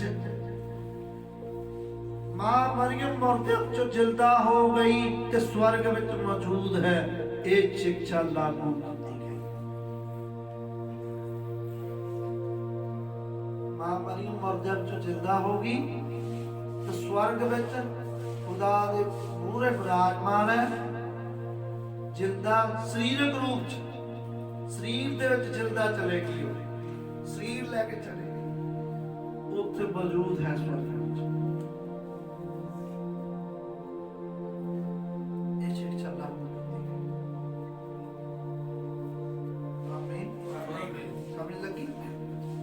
शिक्षा बनाई कि जिहड़ी मां मरियम आ वो मुर्दे चों जिंदा हो गई आ शरीर लैके ते हुण स्वर्ग च जिंदा उत्थे साडे लई प्रार्थना करदी सारिਆਂ ਲਈ ते वो मरियम दे अगे प्रार्थना करदे, तुहानूं सारिਆਂ ਨੂੰ पता ही है। तो कहंदे भी मरियम जिहड़ी आ वो जिंदा ते उत्थे विराजमान है, पर बाइबल च इदां दी कोई गल नहीं है। लिखिया पहला मसीह, दूसरा मसीह मनण वाले ਉਹਦੇ ਲੋਕ ਜਿੰਦਾ ਇੱਕ ਦੀ ਭਵਿੱਖਬਾਣੀ ਨਹੀਂ ਕਿ ਮਾਂ ਮਰੀਮ ਕੱਲੀ ਜਿੰਦਾ ਹੋਊਗੀ, ਸਾਰੇ ਜਿੰਦਾ ਹੋਣਗੇ ਉਹਦੀ ਆਮਦ ਦੇ ਉੱਤੇ। ਆਮੀਨ। ਐਤ ਪੜ੍ਹ ਲਾਂਗੇ ਤਸਲੋਨੀ ਕੀ ਅੱਜ 16 ਹੈ 4 ਦੀ 16 ਹੈ।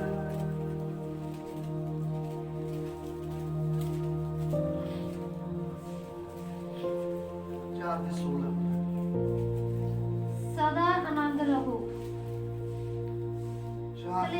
पहला तस्सलुनीके 4 भलाई दे पीछे लगे रहो।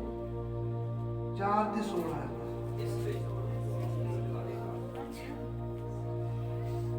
ਇਸ ਲਈ ਜੋ ਪ੍ਰਭੂ ਆਪ ਲਲਕਾਰੇ ਨਾਲ, ਮਹਾਦੂਤ ਦੀ ਆਵਾਜ਼ ਨਾਲ ਅਤੇ ਪਰਮੇਸ਼ਰ ਦੀ ਤੁਰੀ ਨਾਲ ਸਵਰਗ ਤੋਂ ਉਤਰੇਗਾ, ਅਤੇ ਜਿਹੜੇ ਮਸੀਹ ਵਿੱਚ ਹੋ ਕੇ ਮੋਏ ਹਨ ਉਹ ਪਹਿਲਾਂ ਜੀ ਉੱਠਣਗੇ। ਕਦੋਂ ਜੀ? ਯਿਸੂ ਮਸੀਹ ਦੀ ਆਮਦ ਉੱਤੇ ਜੀ ਉੱਠਣਗੇ। ਆਮੀਨ ਆਮੀਨ। ਇੱਥੇ ਕਿਤੇ ਨਹੀਂ ਲਿਖਿਆ ਮਰੀਮ ਵਿੱਚ ਦੀ ਜਿੰਦਾ ਹੋ ਜਾਊਗੀ, ਬਾਈਬਲ ਚ ਤਾਂ ਇੱਕ ਵੀ ਜਗ੍ਹਾ ਤੇ ਨਹੀਂ ਲਿਖਿਆ ਹੋਇਆ ਕਿਤੇ। ਪਰ ਇਹ ਕਿੱਥੋਂ ਸਿੱਖਿਆ ਮੈਂ ਕੱਢ ਕੇ ਲਿਆਉਂਦੇ ਆ? ਕੌਮ ਨੂੰ ਇਹਨੇ ਖੁਦਾ ਦੇ ਬਰਾਬਰ ਦਰਜਾ ਦਿੱਤਾ, ਕੋਈ ਇਹ ਜਿਹੀ ਸਿੱਖਿਆਵਾਂ ਕਰਦਾ ਨਹੀਂ। मरियम जिंदा हो गई, स्वर्ग में मौजूद है। और ਹਾਲੇਲੂਇਆ। ਪਰ ਇਹ ਬਾਈਬਲ ਦੀ ਸਿੱਖਿਆ ਨਹੀਂ, ਇਹ ਇੱਕ ਝੂਠੀ ਸਿੱਖਿਆ। ਇਹ ਕੀ ਇੱਕ ਝੂਠੀ ਸਿੱਖਿਆ। ਅਗਲੀ ਜਿਹੜੀ 1950 ਚ ਨਾ 1950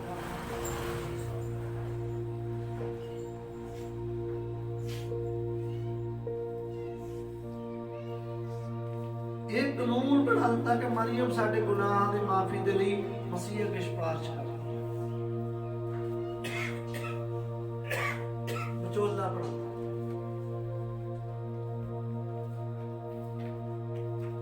ਮਰੀਮ ਵੀ ਕੀ ਹੈ? ਵਿਚੋਲਾ ਸਾਡੀ ਦੁਆ ਕਰਦੀ ਹੈ ਖੁਦਾ ਦੇ ਅੱਗੇ। ਬਾਈਬਲ ਚ ਪੜਾਂਗੇ, ਬਾਈਬਲ ਚ ਲਿਖਿਆ ਇੱਕੋ ਵਿਚੋਲਾ ਹੈ। ਪਹਿਲਾ ਤਿਮੋਥੀਉਸ 2 ਅਧਿਆਇ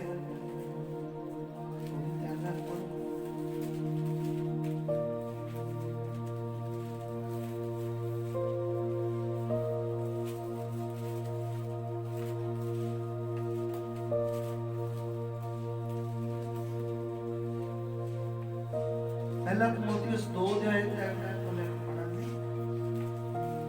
ਸਾਡੇ ਮੁਕਤੀ ਦਾਤੇ ਪਰਮੇਸ਼ਰ ਦੇ ਹਜ਼ੂਰ ਇਹੋ ਭਲਾ ਅਤੇ ਪ੍ਰਵਾਨ ਹੈ ਜੋ ਚਾਹੁੰਦਾ ਹੈ ਭਈ ਸਾਰੇ ਮਨੁੱਖ ਬਚਾਏ ਜਾਣ ਅਤੇ ਉਹ ਸੱਚ ਦੇ ਗਿਆਨ ਤੀਕ ਪਹੁੰਚਣ।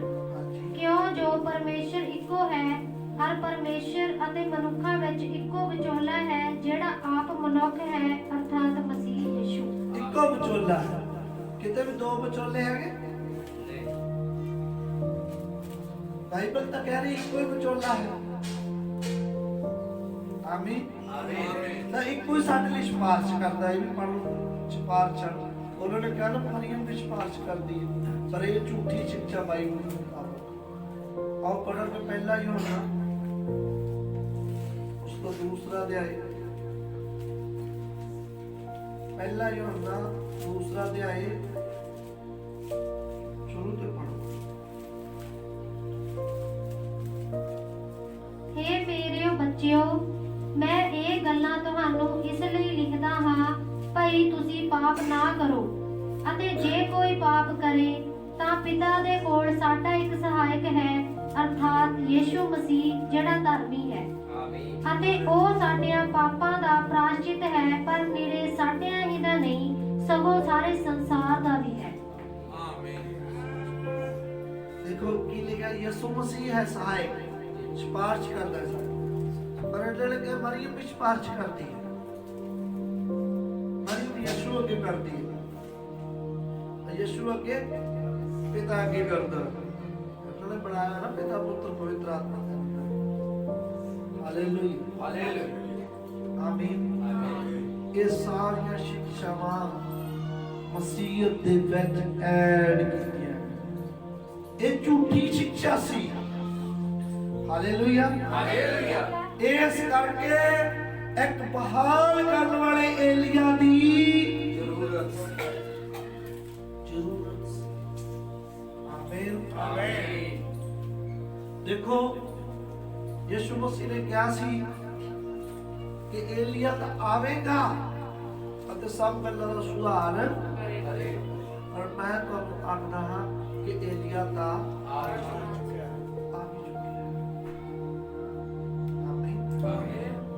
ਹੁਣ ਦੇਖੋ ਇਸ ਏਲੀਆ ਨੇ ਕੀ ਕਰਨਾ ਹੋਣਾ ਸੀ? ਇਸ ਏਲੀਆ ਨੇ ਸੁਧਾਰ ਕਰਨਾ ਸੀ। ਇਹਨਾਂ ਗੱਲਾਂ ਦਾ ਇਹ ਜੋ ਅਸੀਂ ਪੜ੍ਹੀਆਂ, ਬਪਤਿਸਮੇ ਦਾ ਸੁਧਾਰ ਕਰਨਾ ਸੀ, ਝੂਠੀ ਸਿੱਖਿਆ ਦਾ ਸੁਧਾਰ ਕਰਨਾ ਸੀ। ਇਹ ਇੱਕ ਸੁਧਾਰ ਕਰਨ ਵਾਲਾ ਏਲੀਆ ਸੀ। ਇਹ ਜਿਹੜਾ ਏਲੀਆ, ਇਹ ਯਿਸੂ ਮਸੀਹ ਦੀ ਆਮਦ ਤੋਂ ਪਹਿਲਾਂ ਆਉਣਾ ਸੀ। ਇਹ ਬਾਅਦ ਵਿੱਚ ਨਹੀਂ ਆਉਣਾ। ਜਿਹੜਾ ਏਲੀਆ ਤੇ ਮੂਸਾ ਨੇ ਆਉਣਾ ਹੈ, ਉਹ ਤਾਂ ਯਿਸੂ ਮਸੀਹ ਤੋਂ ਬਾਅਦ ਆਉਣਾ ਹੈ। ਯਿਸੂ ਮਸੀਹ ਦੀ ਆਮਦ ਤੋਂ ਬਾਅਦ, ਜਦੋਂ ਦੁਲਹਨ ਜ਼ਮੀਨ ਤੋਂ ਉਠਾਈ ਜਾਵੇ। ਪਰ ਇਸ ਏਲੀਆ ਦੀ ਭਵਿੱਖਬਾਣੀ, ਦੁਲਹਨ ਦੀ ਸੇਵਕਾਈ ਦੀ ਭਵਿੱਖਬਾਣੀ, ਇਹਦੇ ਬਾਅਦ ਵਿੱਚ ਨਹੀਂ ਹੋਣਾ। ਸਮਝ ਲੱਗ ਰਹੀ? ਇਹ ਗੱਲਾਂ ਪੂਰੀ ਕਲੀਅਰ ਹੋ ਰਹੀ ਆ। ਜਿਹੜਾ ਸੁਧਾਰ ਹੋਣਾ ਇਹਦਾ ਯਿਸੂ ਮਸੀਹ ਦੀ ਆਮਦ ਤੋਂ ਪਹਿਲਾਂ ਹੋਣਾ। ਉਸ ਦਿਨ ਮੈਂ ਪੜ੍ਹੀ ਸੀ, ਪੜ੍ਹ ਲਓ ਇੱਕ ਵਾਰੀ। ਰਸੂਲਾਂ ਦੇ ਕਿਤਾਬ ਤਿੰਨ ਦੀ ਕੀ ਹੈ? ਰਸੂਲਾਂ ਦੇ ਕਿਤਾਬ ਤਿੰਨ ਦੀ ਕੀ ਹੈ?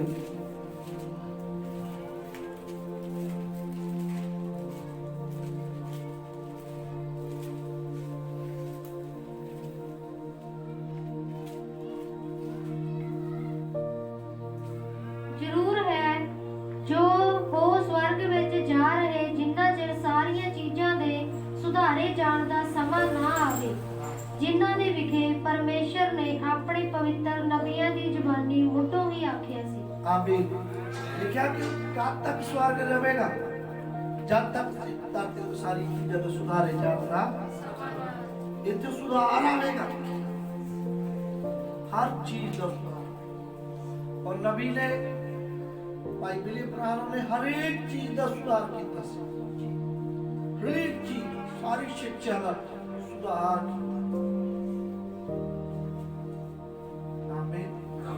जिन्नियां भी शिक्षा कैथलिक ने घड़ियां, जिन्नियां भी कैथलिक ने शिक्षा वा गलत पढ़ाइयां, सारियां दा प्रचार किया। एक एक गल दा सुधार किया, बपतिस्मे दा सुधार किया, प्रभु खोज दा सुधार किया, गलत शिक्षा दा सुधार किया। आमीन। प्रभु दा धन्नवाद होवे। अगले हफ्ते असी इस चैप्टर को क्लियर करेंगे। चौथी बार वाला एरिया अगले हफ्ते क्लियर हो जाऊगा। उदू पंजवीं बार वाला उदू नेक्स्ट संडे वो आप ਉਹਦੇ ਲਈ ਇੱਕ ਐਤਵਾਰ ਹੀ ਲਵਾਂਗੇ, ਉਹਦੇ ਲਈ ਕੋਈ ਐਤਵਾਰ ਹੀ ਕਿਉਂਕਿ ਇਹ ਜਿਹੜਾ ਸੁਧਾਰ ਦੀ ਜਿਹੜੀ ਪ੍ਰਕਿਰਿਆ ਭਾਈ ਬਰਾਨ ਇਹਨੂੰ ਲੈਣ ਦੇ ਲਈ ਇੱਕ ਮਿੰਟ ਜ਼ਰੂਰ ਹੋਣਾ ਚਾਹੀਦਾ। ਅੱਜ ਨੂੰ ਕਲੀਅਰ ਨਹੀਂ ਆਪਾਂ ਕਰ ਸਕਦੇ, ਇਸ ਕਰਕੇ ਅੱਜ ਆਪਾਂ ਇਸ ਨੂੰ ਇੱਥੇ ਹੀ ਬੰਦ ਕਰਦੇ ਹਾਂ। ਪ੍ਰਭੂ ਤੁਹਾਨੂੰ ਬਰਕਤ ਦੇਵੇ। ਬਸ ਥੋੜੀਆਂ ਜਿਹੀਆਂ ਗੱਲਾਂ ਮੈਂ ਤੁਹਾਨੂੰ ਨਾਲ ਔਰ ਇੱਕ